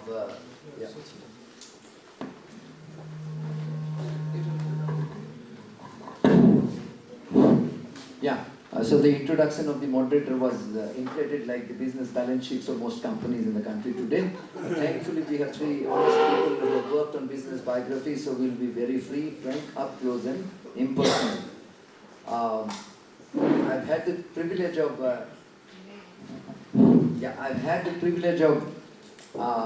moderating a session on public intellectual and the masses. What an irony. You see, I'm coming from public intellectual and now talking about business. So anyway, this is the responsibility and I'm glad that I'll be undertaking it. So as we move forward, we will try and explore we'll try and explore how our writers have worked on the biographies that they have produced. In two cases, I can tell you for sure that the authors or the authorities, as we call the authors and the authorities are alive and kicking. In one case, which will be unique case study of somebody digging history and working on the book. So I think it will be the subtle art of how to do it, the kind of research that is involved, and how close you can get to the person about whom you are writing, and how independent you can stay of the influence of the person. So I first begin with Professor A.R. Venkatachalapathy, whose book, The Swadesi's Team, is a fantastic document on historical research. India's independence movement is entwined there. The idea of the empire being struck back is there. So I'll ask Professor Venkatachalapathy that some of us, those who may not have had access to his book, he just gives you a brief insight of what this book is all about and how the protagonist stands in his esteem today. Thank you, Rahul, not only for the introduction, but also for having me here. This is my first visit to Dibrugarh. I have been to Assam twice earlier, but this is my first visit to a very important, but at the far east end of our great country. Before I actually respond to your book, to your comment, let me tell you something briefly about the book. The book is called Swadesi's Team, V.O. Chidambaram Pillai and the Battle Against the British Maritime Empire. As you all know, Britain was a great, not only a big empire, its empire rested on its naval power. Its naval power far outstripped any other country until the Second World War. It was not only in the navy, but also in the mercantile marine, that is the merchant ships. There also the British ruled the seas. So in this context, there was very little challenge. The British companies did not permit any other person, any other company to challenge them. In this context, in 1906, in the far end of India, the southernmost part, in the port town of Tuticorin, is anybody familiar, any student familiar with the name Tuticorin? Well, if you don't know, I understand. That's how, same question you go and ask anybody in Tamil Nadu, do you know Dibrugarh? They wouldn't know. This is how we have developed national integration in our country. It's very, very important that we learn about each other. And I as a Tamil, I always have a complaint that North Indians neglect us. So when I got this invitation from Rahul to come to Dibrugarh, even though my health was not quite conducive, I said I should be more sensitive. The first time I'm getting an invitation to a good festival from northeastern India, I should come, so I'm very thankful. Okay, so this is from Tuticorin, in that far off town. V.O. Chidambaram Pillai, I will call him VOC for short. He was a patriot, he was a nationalist, he was a follower of Lokmanya Bal Gangadhar Tilak. What he decides is in 1906, in the context of the Swadeshi movement, he decides that he is going to launch nothing less than a shipping venture. First he charters the ship. Then when he charters the ship, the British India Steam Navigation Company, the big, huge British shipping company, when it scuttles that chartered ship, instead of giving up, what he did was, he said, I'm going to launch a company. So he actually launches a company It is called the Swadeshi Steam Navigation Company. And he buys 2 ships. He registers it as a limited liability company, collects shares. The foresight of the forerunning nature, the pioneering nature of his venture was that, even now I am told that in the southern part of Tamil Nadu, in the southern part of India, hardly any public limited company is registered even to this day. But way back in 1906, he registers a public limited company, raises capital for it, buys 2 ships, and is actually able to challenge the British shipping enterprise in that part. And that leads to a conflict with the empire. The British administration and the shipping company join hands together and crush the company. He is charged with sedition and is given to life imprisonments. Now, to bring it to the topic of today's panel, one of the criticisms that was made about VOC at that time was that, Mr. Pillai, you should have, VOC, you should have kept the business.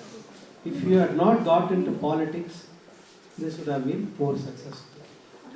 But the point behind starting this company was not business. His idea was to challenge, politically challenge, economically challenge the British company.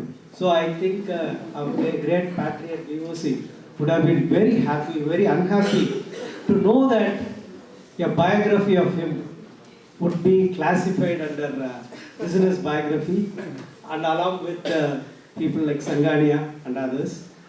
This would have been very surprising. But that is the story. I think we can carry that forward in the subsequent interventions. Yes. Thank you. Yes. So much you can have the mic now. But once I switch it off, you can have it on.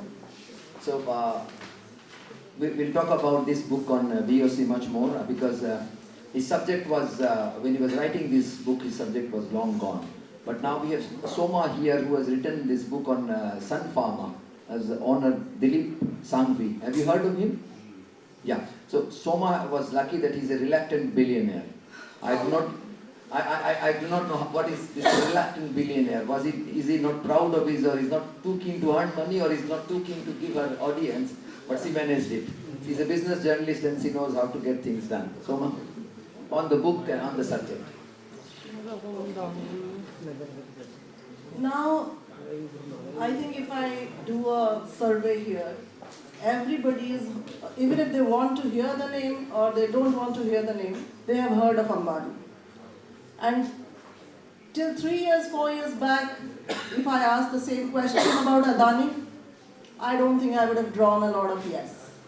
But today, if I ask this question, I think everybody in this hall would have heard the name. Again, whether you want to hear or you don't want to hear. In 2015, something happened. A name nobody had heard crossed Mukesh Ambani to become the richest Indian. And that name was Dilip Shambi.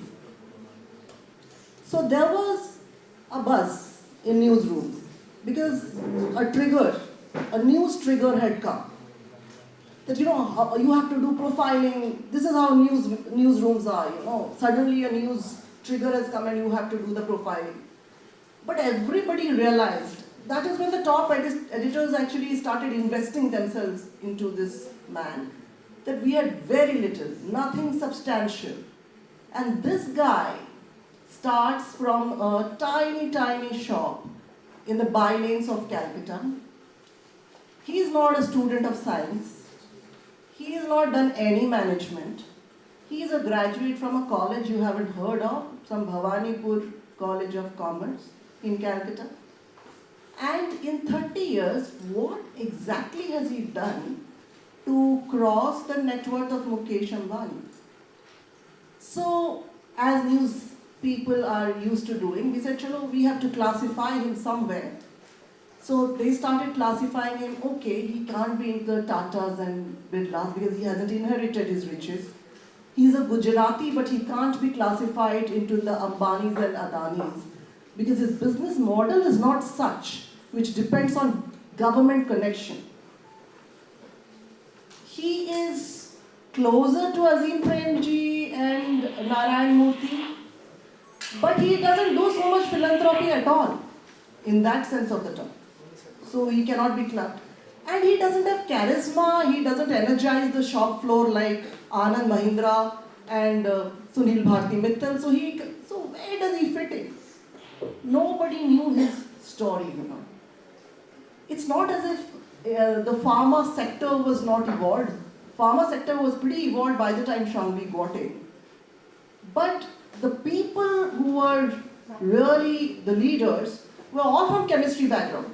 So there was Parvinder Singh from Ranbaxy, there was Dr. Anji Reddy of Dr. Reddy, and there was Yusuf Hamid of Sipla. All of these people are chemistry people, proper. They had a technical background. So that is when a journalist starts sniffing that some incredible stories in there. And I've been talking to people. At the same time, I was reading Steve Jobs by Walter Isaacson. And I was thinking, I wish I could read something like this on Dilip Shangvi. And I was telling his communication head, why don't you get an international journalist to do a story like this? I mean, a book on him like this. He said, are you mad? He doesn't give interviews. He's a very reticent guy. He wouldn't allow media people to come and interview him. So he's like, you know, you're talking of something which is never going to happen. While I talk, 3 months into this conversation, I see in my spam a proposal from Penguin asking me to write a proposal for the book. I said, this is looking like some kind of epiphany. But by the time I contacted Penguin, they said we had asked for 4 other proposals from top editors and we've already got it. I said I would still like to submit the proposal. And I submitted the proposal. And the book got commissioned to me. After that began the real, it began. I mean, I got to know what I've gotten myself into. We went and I told Mr. Shangvi, are you willing to allow me to interview at least? He said, there is nothing to write about me as such. I'm not that interesting a person. I said, allow me to interview your people around. He said, you can come after 10 years. If that is the time my life would be worth writing all around. I said, 10 years? I said, no, we are going ahead and doing an unauthorized book on you, but it would be great if you could. Now, I don't know, this is my guess. 7 months into research, 3 other books outside of my book got commissioned on him. So he knew 4 books were now being written on him. And he was probably getting a lot of messages. I had already met 50, 60 people by then. So he said, okay, please come. What do you want? I said, this is the list. These are the 72 people I want to talk to. If you could let me talk to them, that is about it. So there began this story of I trying to understand. But let me tell you how difficult it is. He's the A.R. Rahman of business. So, you know, somebody asked Karan Thapar that Modi walked out of your interview. Was it your most difficult interview and challenging? He said, no. A.R. Rahman is the most difficult interview. Because even when Shangvi sat, my question was 150 words and his answer was 2 words. And you're supposed to write a book. And you are not even sure that you know what he's telling you. You can see through. So, and then we will come to the... So can I conclude this slide? Yes. So the thing is that I realized that a person is not going to change because I'm writing a book on him. So might as well change my approach. So I interviewed 172 of his co-passengers who had lived and worked with him to get to his story, and the result is The Reluctant Billionaire. Okay, thank you. course, in due course he will be talking to the Sun Pharma people for the literary festival as well. Trust me, he will get us Sun Pharma on board. I can promise you that's never going to happen. And if you go through me, I'm sorry. So actually, the question was, when you spoke of the insider's job, it is Jairam Menon who has done an insider's job on is chairman of Larsen and Toubro, and he's come up with a fantastic biography. Jairam, all yours. Thank you. But before I get to L&T and Mr. Naik, let me reintroduce Rahul Jain. He has been said to be curator and curator extraordinary of so many festivals. But actually, if you say it in 2 words, like Sona would have said, Shobha would have said, he's a miracle man. It is a miracle that he's been able to get this wonderful festival together, and all of us, writers and other forms of the imaginative ecosystem, all of us owe a great debt of gratitude to him. We are digressing. So how do I proceed? Okay. Now, my biography is of a person. You heard of Larsen and Toubro? 90 years. Yes, more than L&T? L&T? Yeah. Okay. So, the present CEO, who's now very much in the news, he once said that he's the boring CEO of a boring company. Now that is Mr. Subramanian, as I said, 90 young man. Mr. Naik does not seem to think that his job is boring. He's an engineer, and he finds there's a lot of drama and excitement in engineering, because we've built a bridge across the Brahmaputra. So all of you all should be a little more aware. Secretariat. The secretariat too. The dispute secretariat of the L&T. Dispute. And then the tallest tower in the world, the Statue of Unity, the bullet train, the coastal road, the Konkan Railway. Now, there are a lot of things that the company has done.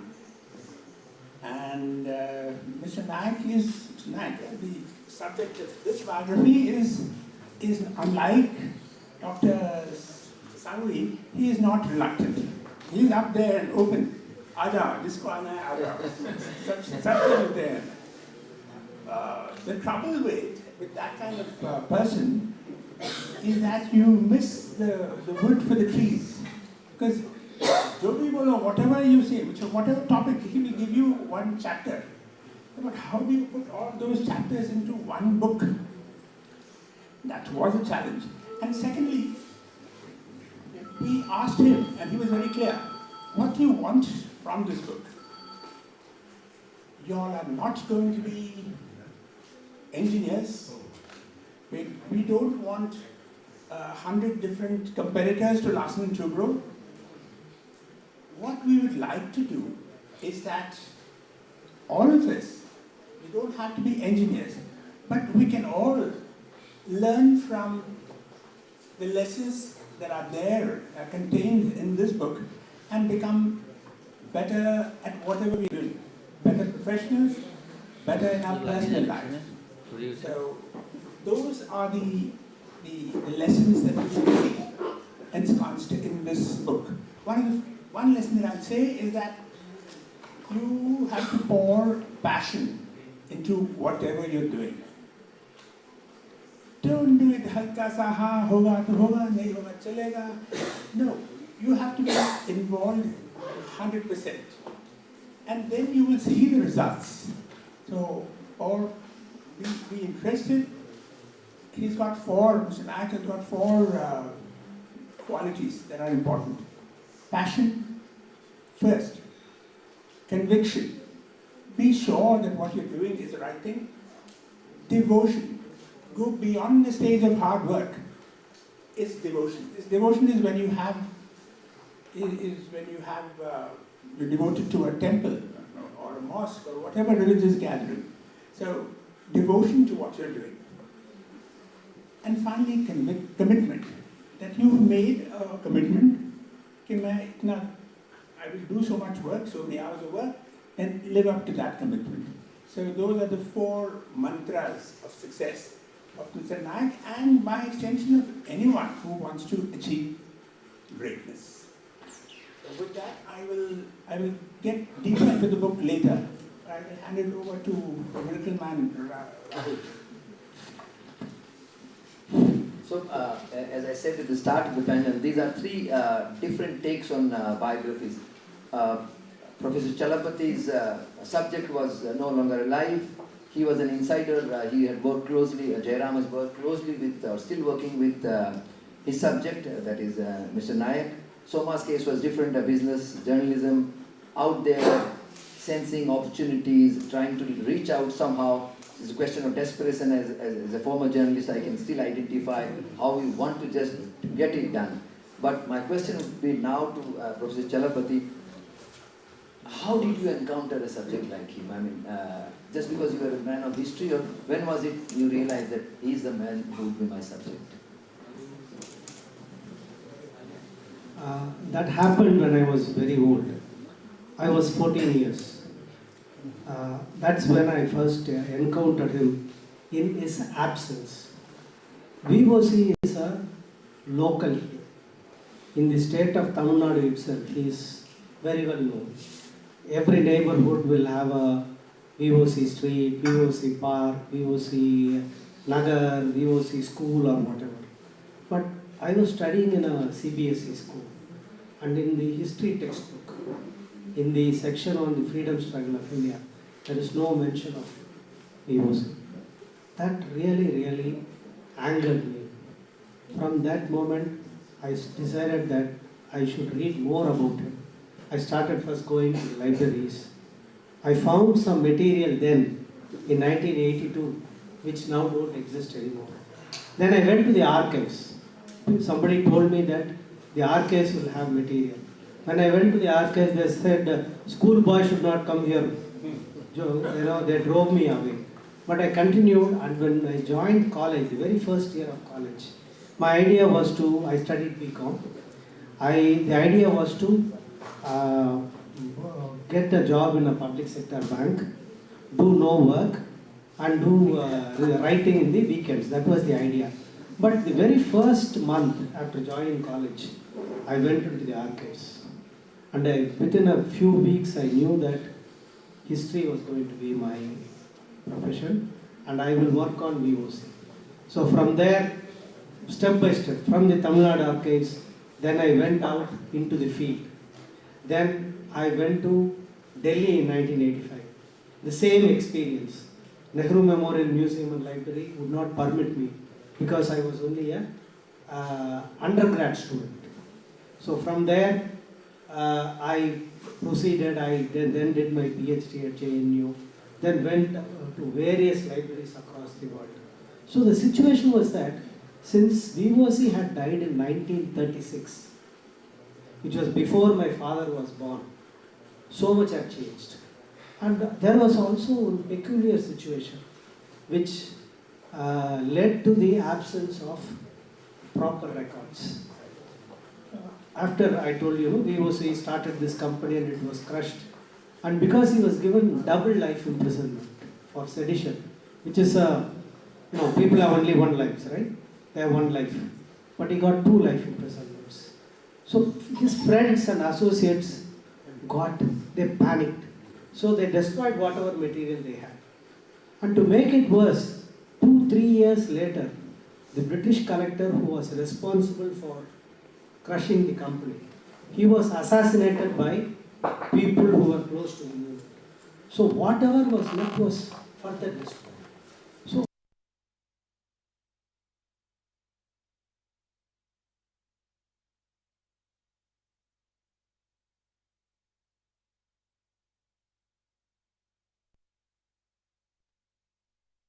the polling intelligence records. Then I was able to find some higher level correspondence. Then I was able to look at the Government of India records. I also had by pure stroke of luck, by searching hard and fast. In 2006, I traced the grandson of the assassinated collector. So I went, I saw him in Ireland. It was one of the epiphanic moments in your life. So based on this kind of material, tidbits, so roughly based on about 1,500 or 1,600 little bits of information, I wrote this book 42 years later. So the search for VOC made me a historian, made me a citizen, realize what a person should be. It also led to my own self-discovery. So this is how it happened. I also became friends with his family, but because of the peculiar circumstances, because he spent a long time in prison, and by the time when he died, India was still not independent. So none of the people who knew him at that time when the shipping company was started, they had all either died or they had forgotten, they had not recorded anything. So only through fragmentary material and through hard search, finding some little corpus of letters, I got this material. Based on these little tidbits, I have written the story. The story is now it's about 450 pages. I wrote it during the pandemic because I thought until that, I would continue the search forever. Then I realized when the pandemic came, life is short. So that's how I wrote this story. And there was nobody to, correct me. And this one bit of information I should add. Whatever I have said, I have documented it. I don't think anybody can come around and dispute what I have said because there's nobody around who knew what happened.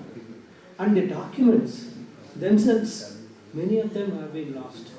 What I had photocopied or made notes of in the 1980s. If you think the British were ruthless in suppressing us, our own fellow people, compatriots, have been even more negligent. Worse than being ruthless is apathy and indifference. This is what has led to the destruction of all our records.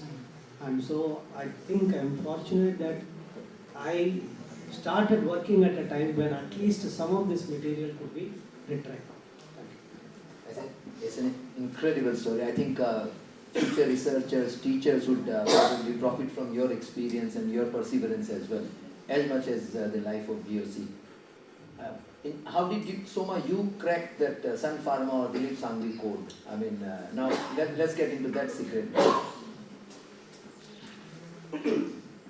So when I started talking to people around him, that's the first time it occurred to me that forget Shangvi, who's not going to let his story out, his people around him don't know his full story, which is why so many people you had to trace. And I was like a Eureka Forbes, you remember, salesperson? Yes. So I'm walking to somebody's place, knocking their door. I said, you used to be Shangvi's neighbor, right? And they're looking at me. So I've done everything like that. But interestingly, you spend enough time. I learned my way, and I call it dimensioning, which is measuring up a person. Now, if I can just digress a bit, what are biographies? Biographies and biographers would agree that you start living a life which was not yours to live. And that is a very, very challenging process, a process of self-discovery and discovering the person in ways that he doesn't know himself. The process of dimensioning is looking at this person from up close, then going vantage point, looking at him from angle X, angle Y, talking to this 150, 172 people who are relevant people in his life, started giving me a perspective of this expanded view, which I will call, it's a little too much, but universe's life review of that person, which when Shangvi did parts of it, he didn't agree with, but that's okay. Because autobiographies people write because people assume that writing on their own self is very easy. They think they are experts of their own life. But Fairhurst, he has said it very nicely. He said, we are our own blind spot. We are the only people we don't watch. So autobiographies, unless they are full confessional, which very few are, biographies are the one which actually can be a universe's life review, and which I call dimensioning. And I step out of my limited vantage point. I assimilate the vantage point of all these 172 people, and then from that expanded viewpoint, I start writing. So there are 172 co-authors that are not named probably in the book. But coming, if you are interested in his story, in what I found, or do you want to take another one? I mean, when did he, yeah. So what is the secret recipe? Yes, you are in our camp now. Yes. So, at the cost of oversimplification, because the book is over 500 pages, so at the cost of oversimplification, there are 4 points I will touch upon, which are, I think, very crucial to his success, and which he doesn't want many people to know. Number one is, when he started, the Indian pharma market, 80% was antibiotics, okay, and 20% was your lifestyle diseases, basically your diabetes, your psychiatry, and all these kind of things. But he figured out, one prescription of antibiotics is a few rupees, because it is only given to you for 7 days. One prescription of psychiatric medicine is for a lifetime. So one prescription is a few lakh rupees, because it is a repeat prescription. And what worked in his favor, I don't know whether it's foresight or it is luck, is that India went through, like many other countries, what is called an epidemiological transition, which means from 1960s to 1990s, that 80-20 flipped. Now 80% of drugs sold are in the lifestyle diseases segment, while antibiotics are only 20-30%, where all the other Ciplas, Ranbaxys of the world were there. The second thing, I think this is too young a generation, but those who are in 40s and above would remember that, when we were young, we went to family doctors. Super speciality was not the thing. Everybody had a family doctor who would tell you, okay, you have cough, take this, take that. That was the business model for most pharma companies. While you would know of medical representatives who are marketing force of pharma, when Shamvi started creating super speciality within his medical representatives. So that was a very different way of dealing. So earlier, if Ranbaxy had a MR, medical representative, he'll cover the whole of Dibrugarh, irrespective if it's a cancer doctor or is a gynac. But how confusing it will be to talk to a gynac and cancer doctor, oncologist in the same breath. So this is a guy who said, if this profession is getting super specialized, my MRs have to be super specialized. But the most important and the secret recipe was his marketing brilliance, which is, these MNCs, you will know that they gift a lot of, the corporate gifting is there, they will be giving doctors dinner sets, these kind of things, Shamvi's guys were very different. They were the people in the doctor's wife's kitchen. They were helping the doctor's children getting admission. Shamvi's boys were there when the doctor's wife was delivering, and Shamvi's boys were there when the doctor's father's funeral was getting held. His boys, thousands of boys, had forged emotional bond with thousands of doctors. And I remember when one of the Ivy Leagues came to do a case study on him, he said, no, we don't want a case study on our model. When a marketing manager tried to codify this, he threw it into the dustbin. Because he didn't want probably all of this codified in any form. But this is something I have seen that, emotion is at the core of business. And that is what he managed. Because when I spoke to doctors, I don't know, doctors were shedding tears of emotions because, when 5 boys are there to give kandha to your father, That's not a thing you forget. Even if he's a businessman, you will remember. But this is what I found at the heart of success of his motto. That his boys were serving, like if MNCs, I would say MNCs were serving ice creams when the doctors were thirsty, but his boys were serving water when the doctors were thirsty. This is what I thought was the core of his success. Jairam, as an insider, I mean, you are boarded this biography is almost, if I accuse you of it being hagiography, how will you counter it? Because you are an insider job into L&T, writing about your own chairman. Why do I have reasons to believe that you have been impersonal? True. I know this is a dilemma that biographers face. I'll just tell you the story of Jobs. Jobs has a brilliant biography written by Walter Isaacson. Probably one of the most wonderful, most celebrated biographies going. And he began doing it when Jobs was not well.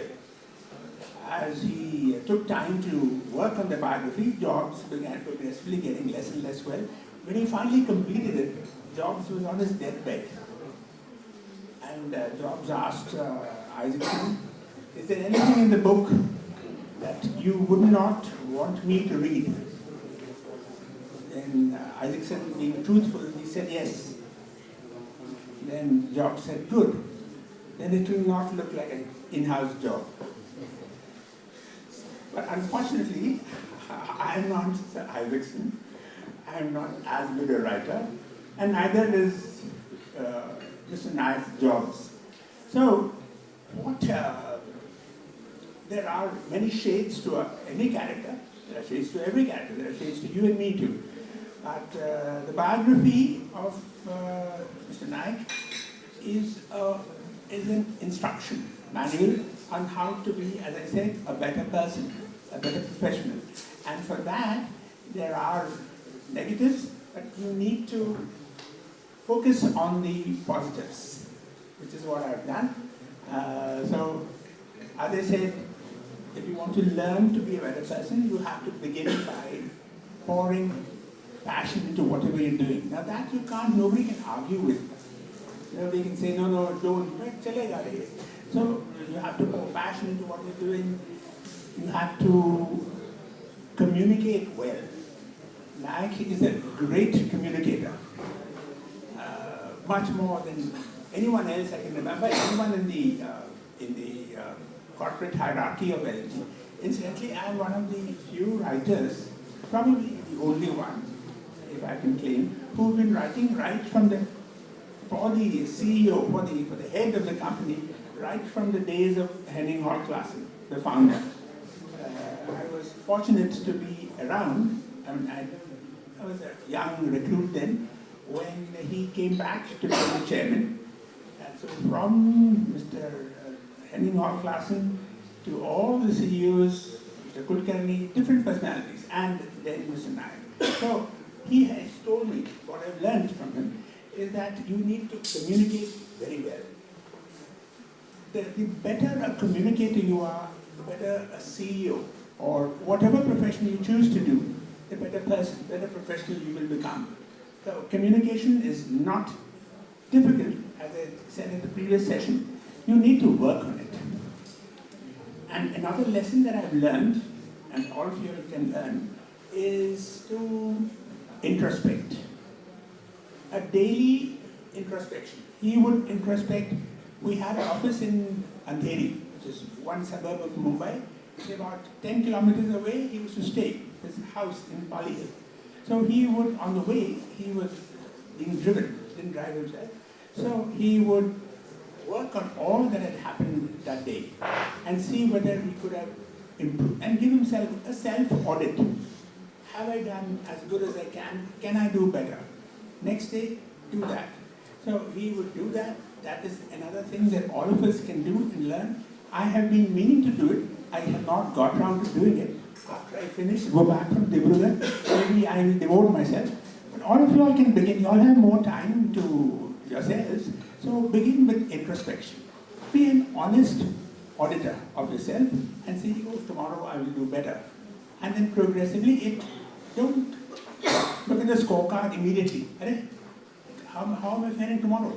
No, that won't work. You have to give yourself about 3 months and then watch yourself. So do that. 3, do not be afraid. Mr. Nayak was unafraid. There happened, L&T is a manufacturing company, and when you are a manufacturing company, you have to have unions. And the union in L&T was that time headed by the Shiv Sena, which is a militaristic, muscular union.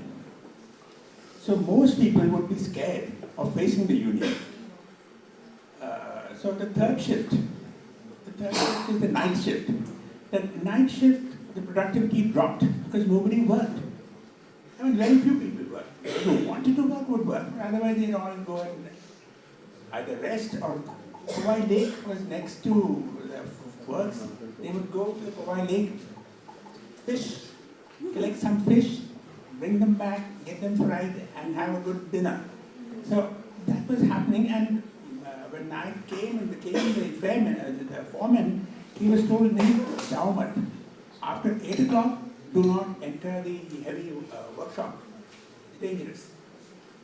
So most people would take the line of least resistance. So things have been going pretty good, and let it continue. But Nayak being Nayak said, I will go at 9. So he went at 9. And then he went at 10, he went at 12. He caught a lot of people and got them out and got them to work again. So courage, whatever, either physical or mental, courage is a very important aspect.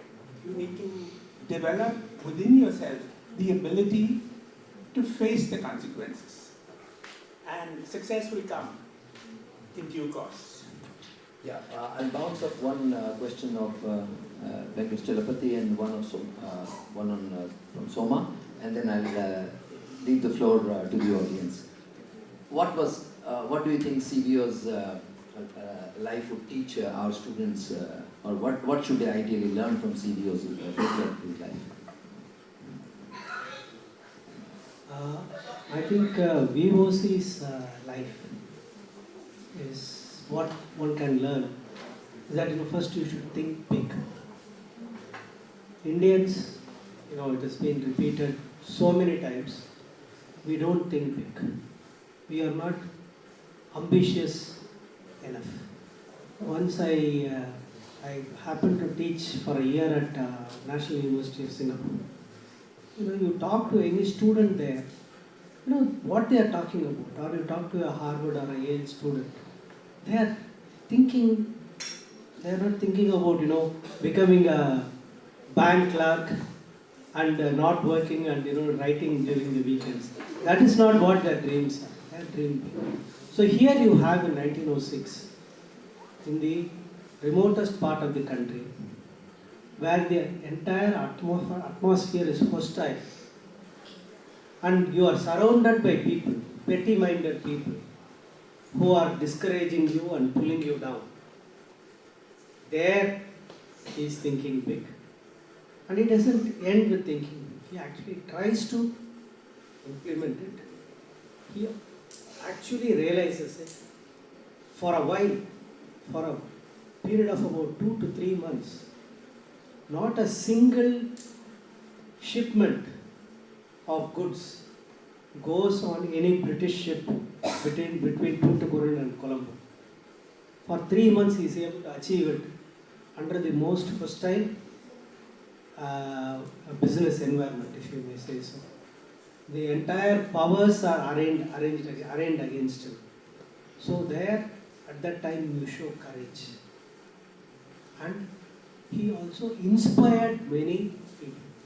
I traced the life of 3 brothers who met him when they were young. One was 17, one was 18, and another was 20. The 3 of them until the end of their life. They sang his praises. Because this man had won the respect, the love and affection of people around him. I think that would be a wonderful litmus test. How many people around me respect me, I don't know. Probably when they see my back, they will be very happy. If we are able to do that, both in objective terms, achieve something big, think big, work towards it, and secondly, you are able to win the love and respect of people around you. I think this is the big lesson that I can carry. Don't think I am making a sales plug. This is actually a very moving story. Despite the fact that I have written it, the story is such a moving story that beyond the limitations of its author, I think the story has come out very well, and I've had the experience of seeing people literally break down in tears after reading the book. Or, I'm sorry, not reading the book, after getting the story from this not very well written book. Thank you. Nicely said, huh? So, sometimes I'm doubting whether you're BSc reborn. So, after that we can talk. Sure. Well, I would really encourage you to read the book because there are very nuances. We try to reduce everything to these lessons and everything, but life is way more complex than that, but I'll try to do my best. Number one is, in this age of instant gratification, this man's life is a living experience of what a marathon approach can do in your life. He was planning 15 to 20 years in advance and working quietly on that, not seeking any media attention, not wanting to give it out. So one is that marathon approach, it really works. Second, I think, and very interesting, so he lives a very modest lifestyle, but not out of morality, very much out of practicality. So I asked him that, why would you live now that you can really live way better than this? Well, why would you do that? He said, I don't want my lifestyle to dictate my business decision. Basically, if I make a 20-story palace, tomorrow what I decide in my business may be to sustain this lifestyle. That is not what, I don't want this as a compulsion. Third, making emotionally painful decision if it is demanded. See, when he started, he was from very, very humble background. So he started with 3-4 of his friends as co-founder. But as the company started growing bigger, and this is a story none of us knew, okay? When the company started growing bigger, there came a time when the IIM professionals started coming in. They said that we are not going to report into these people. So there comes this decision, and he was in this Gita moment, right? When the SPGN who was the person who was at the helm of SPGN told him one day that, listen, I'm telling all 5 of you, you are co-founders, write vision for Sun Pharma, what Sun Pharma will be 10 years hence. And then he took all the papers and showed, said, are these the vision? You are the only one with the vision. And so how painfully he started, he had to depart. And I was listening the story from their perspective, because the perspective of the co-founders was that हमने अपने हाथों से सींचा है इस company, but they have to leave. So there are emotionally painful decisions you have to make at times. Number 4, when he started, like Chalapati said, there were too many people, too many detractors. They said, you want to start a pharma company? Do you even know what you're talking about? You don't have sciences background. You don't have management. Who's even going to listen to you? So apparently he said this, and this comes from a friend of his who was present, that he said, it doesn't matter what I have. What matters is what I do with what I have. And I think with what he had, he hasn't done very little and very less. So these are the 4 lessons I think I will go with. So we open up the stage for audience questions, please identify yourself and then ask. Please feel free to ask. And you must ask. Please do ask. Please do ask. See, they've come all over just to be with you. This is pressurizing me. Yeah, I mean. And there are management students here. They are going to work for these companies.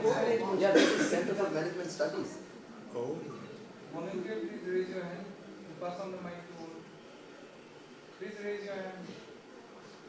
You must have a query after such a lively discussion. Right? There are no wrong questions. Yes. There are no foolish questions. There can be foolish answers. Yes. That is different. You all are immune to anything. Okay, anybody from Jayakita, yourself? Ranjit Rai sir? No, actually, as I said, all this. The Nantia, he asked about the Nantia. Each of the stories was so inspiring. We came in a little late. So I was trying to Google and trying to find out the name of the person that you were talking about. O. Chidambaram Pillai. V. Chidambaram Pillai. And you say that his company worked from 1906 to 1936. It was started in 1906, closed down business in 1910, liquidated in 1911. He died in 1936. So the company ran barely for 2.5 years. So the reason why we are is because this company failed, because it was a patriotic enterprise, and the company was run under the greatest odds. The British India Steam Navigation Company, the local administration, the provincial government, everybody ganged up together to crush this company. So that is the story. When he speaks, you need to switch off. Yeah, now. No, but actually, it's such a pity that with all of us, we had not heard of this great man. What an amazing story, really. And talking about the madam, about Sun Farmer, and it's incredible how he expanded, keeping such a low profile. There is strategy there as well. Because the moment you are seen, you're seen as a threat. And you know what I was told? And there are so many, it's corporate history, but it's not reported. He actually became richest because he bought out Ranbaxy. And the two became, when they merged, it was the largest company, he became richest. And he started giving me calculation and how Forbes has got the calculation wrong on getting him the richest, because the Mukesh Bhai is still, if you see this calculation. I said, I'm not interested in that. But very, very difficult to understand this. In 1990s, Parvinder Singh, who was running Ranbaxy, they had tried to acquire Sun Farmer through they were creeping acquisitions basically. Yet not fully hostile because but the trigger had not come, but they were increasing their stakes. So a lot of people around him, of course he will not come and admit this, but a lot of people around him told me that, this could be a factor, that this was coming and this would have happened. It took 2 decades, but as I said, he's a marathon man. If I may, Yes, please. They say that fortunes in the United States, like the Rockefellers and all of them were robber barons. You cannot achieve that scale of wealth without being completely ruthless. You've been unscrupulous. In the Indian context, and this is of course for all of us, is it possible to be ethical and be as successful to study the gentleman so closely? Is it possible to be an ethical tycoon?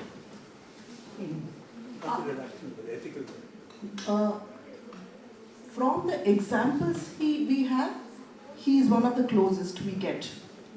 Because his business, as I said, is not a crony capitalism business. When he was richest, more than 55 to 60% of his business was coming from US. So, and this pharmaceutical business is not like real estate, not like, not even telecom license, not, of course not like the oil and gas, and not like, I'm sorry to say, to some extent infrastructure, but mostly these telecom, the sectors.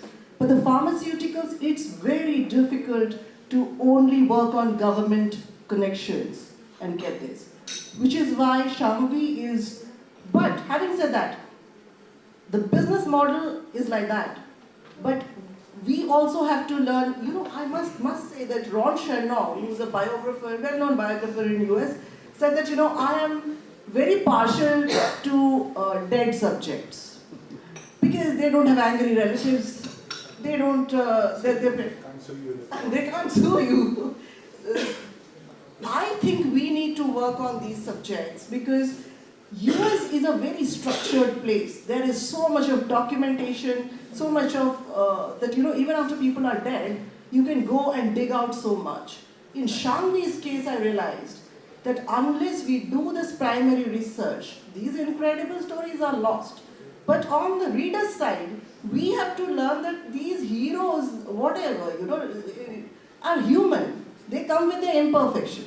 So they would have asked their friends to leave, which would, when we read, we will see, oh, this is not fair. But that fair or unfair is completely up to the reader, Hamlet. I said this was his problem. This is how he has gone about it. So about your question on ethical and unethical, I would say that model-wise, he's one of the closest we get, but somehow he's not interested in his story being told, and in the artfully curated world we live, we only know what people want you to know about them. Yes, please. Now, the subject that you have written on Mr. Menon is a little different. He was not an entrepreneur. He was a highly successful executive. Am I right? Or because L&T was not started by him, he was not a promoter. He started from the shop floor, if I'm correct. That's right. And he reached the top level. So how would his story be different from these two of entrepreneurs or people who started their own business? So many of the businesses in which we are now in, thanks to Mr. Naik, which is businesses that we were not there earlier. These were for all practical purposes like startups. They were the software industry, which he said, which is technology-related software. That was software and startups. And also, there was some amount of, enormous amount of entrepreneurial risk that he used to take in all his business decisions. So that made him a bit of an entrepreneur. But then the board obviously gave him a completely free rein. They didn't. It was a board, so it was not a one-man show. They did not give him a ring, but he proved himself. Like for instance, he set up a new facility in Hazira, Surat, and the board objected. Said no, it's huge amount of money. We can't. Okay. He said okay. He got it done piecemeal. This much is okay. He got it done. He got that through. Made money and showed profits on that investment and then got more. So you're right, he is not a technically pure definition of an entrepreneur. He won't because he was employed. But I think it's a little more difficult in his case to be able to achieve what he did while working within the straitjacket of an employee. So, but as I said, as we've all said, they are not saints. They all have their dark sides. But then, what Nehru told Attenborough when he made Gandhi, the film Gandhi, he said, whatever you do, don't deify the man. He's too big a man for that. If you make a person into a god, then he can do anything. There's nothing to stop him. So you have the problems that every man faces, and then to rise above that and achieve success, that is the greatness of the man. Each of these was a fantastic case study. Yeah. Each of the examples that you have given here were a wonderful case study. His history, the single man person, and Mr. Nayak. What an incredible sharing of experiences. So thank you all very much. So I think the story continues. Thank you so much. Thank you. Thank you all very much. You'll see many more nights rising out of your crowd. Yeah, please. Yeah. So thank you, speakers. Thank you, moderating. Thank you for moderating this session, Jain sir. As we conclude this insightful session on up close and impersonal, it was really wonderful to have all of you here. We've all learned a lot, and we've especially learned that we have to be very careful when we say something to people, but we have to be more careful when we write about them. Oh, absolutely. So we have gained a deeper understanding on the delicate craft of transforming personal experiences into compelling narratives. Our esteemed speakers have shared invaluable insights on the fine balance between truth, storytelling, the responsibility of a writer, and the emotional depth required to craft an authentic biography. Through their experiences, we have also seen that writing a biography is not just about recollecting the past, it's also about shaping memories into a narrative that resonates with the readers. It is an art of self-reflection, honesty, and at times reinvention also. So a heartfelt thank you to all our speakers for their thought-provoking contributions, and to our moderator, Mr. Rahul Jain, for steering the discussion so effectively. And to our audience, your engagement and curiosity has made the sessions truly enriching. So let us continue to explore and appreciate the power of personal storytelling. Thank you, and we'll see you tomorrow then. Thank you.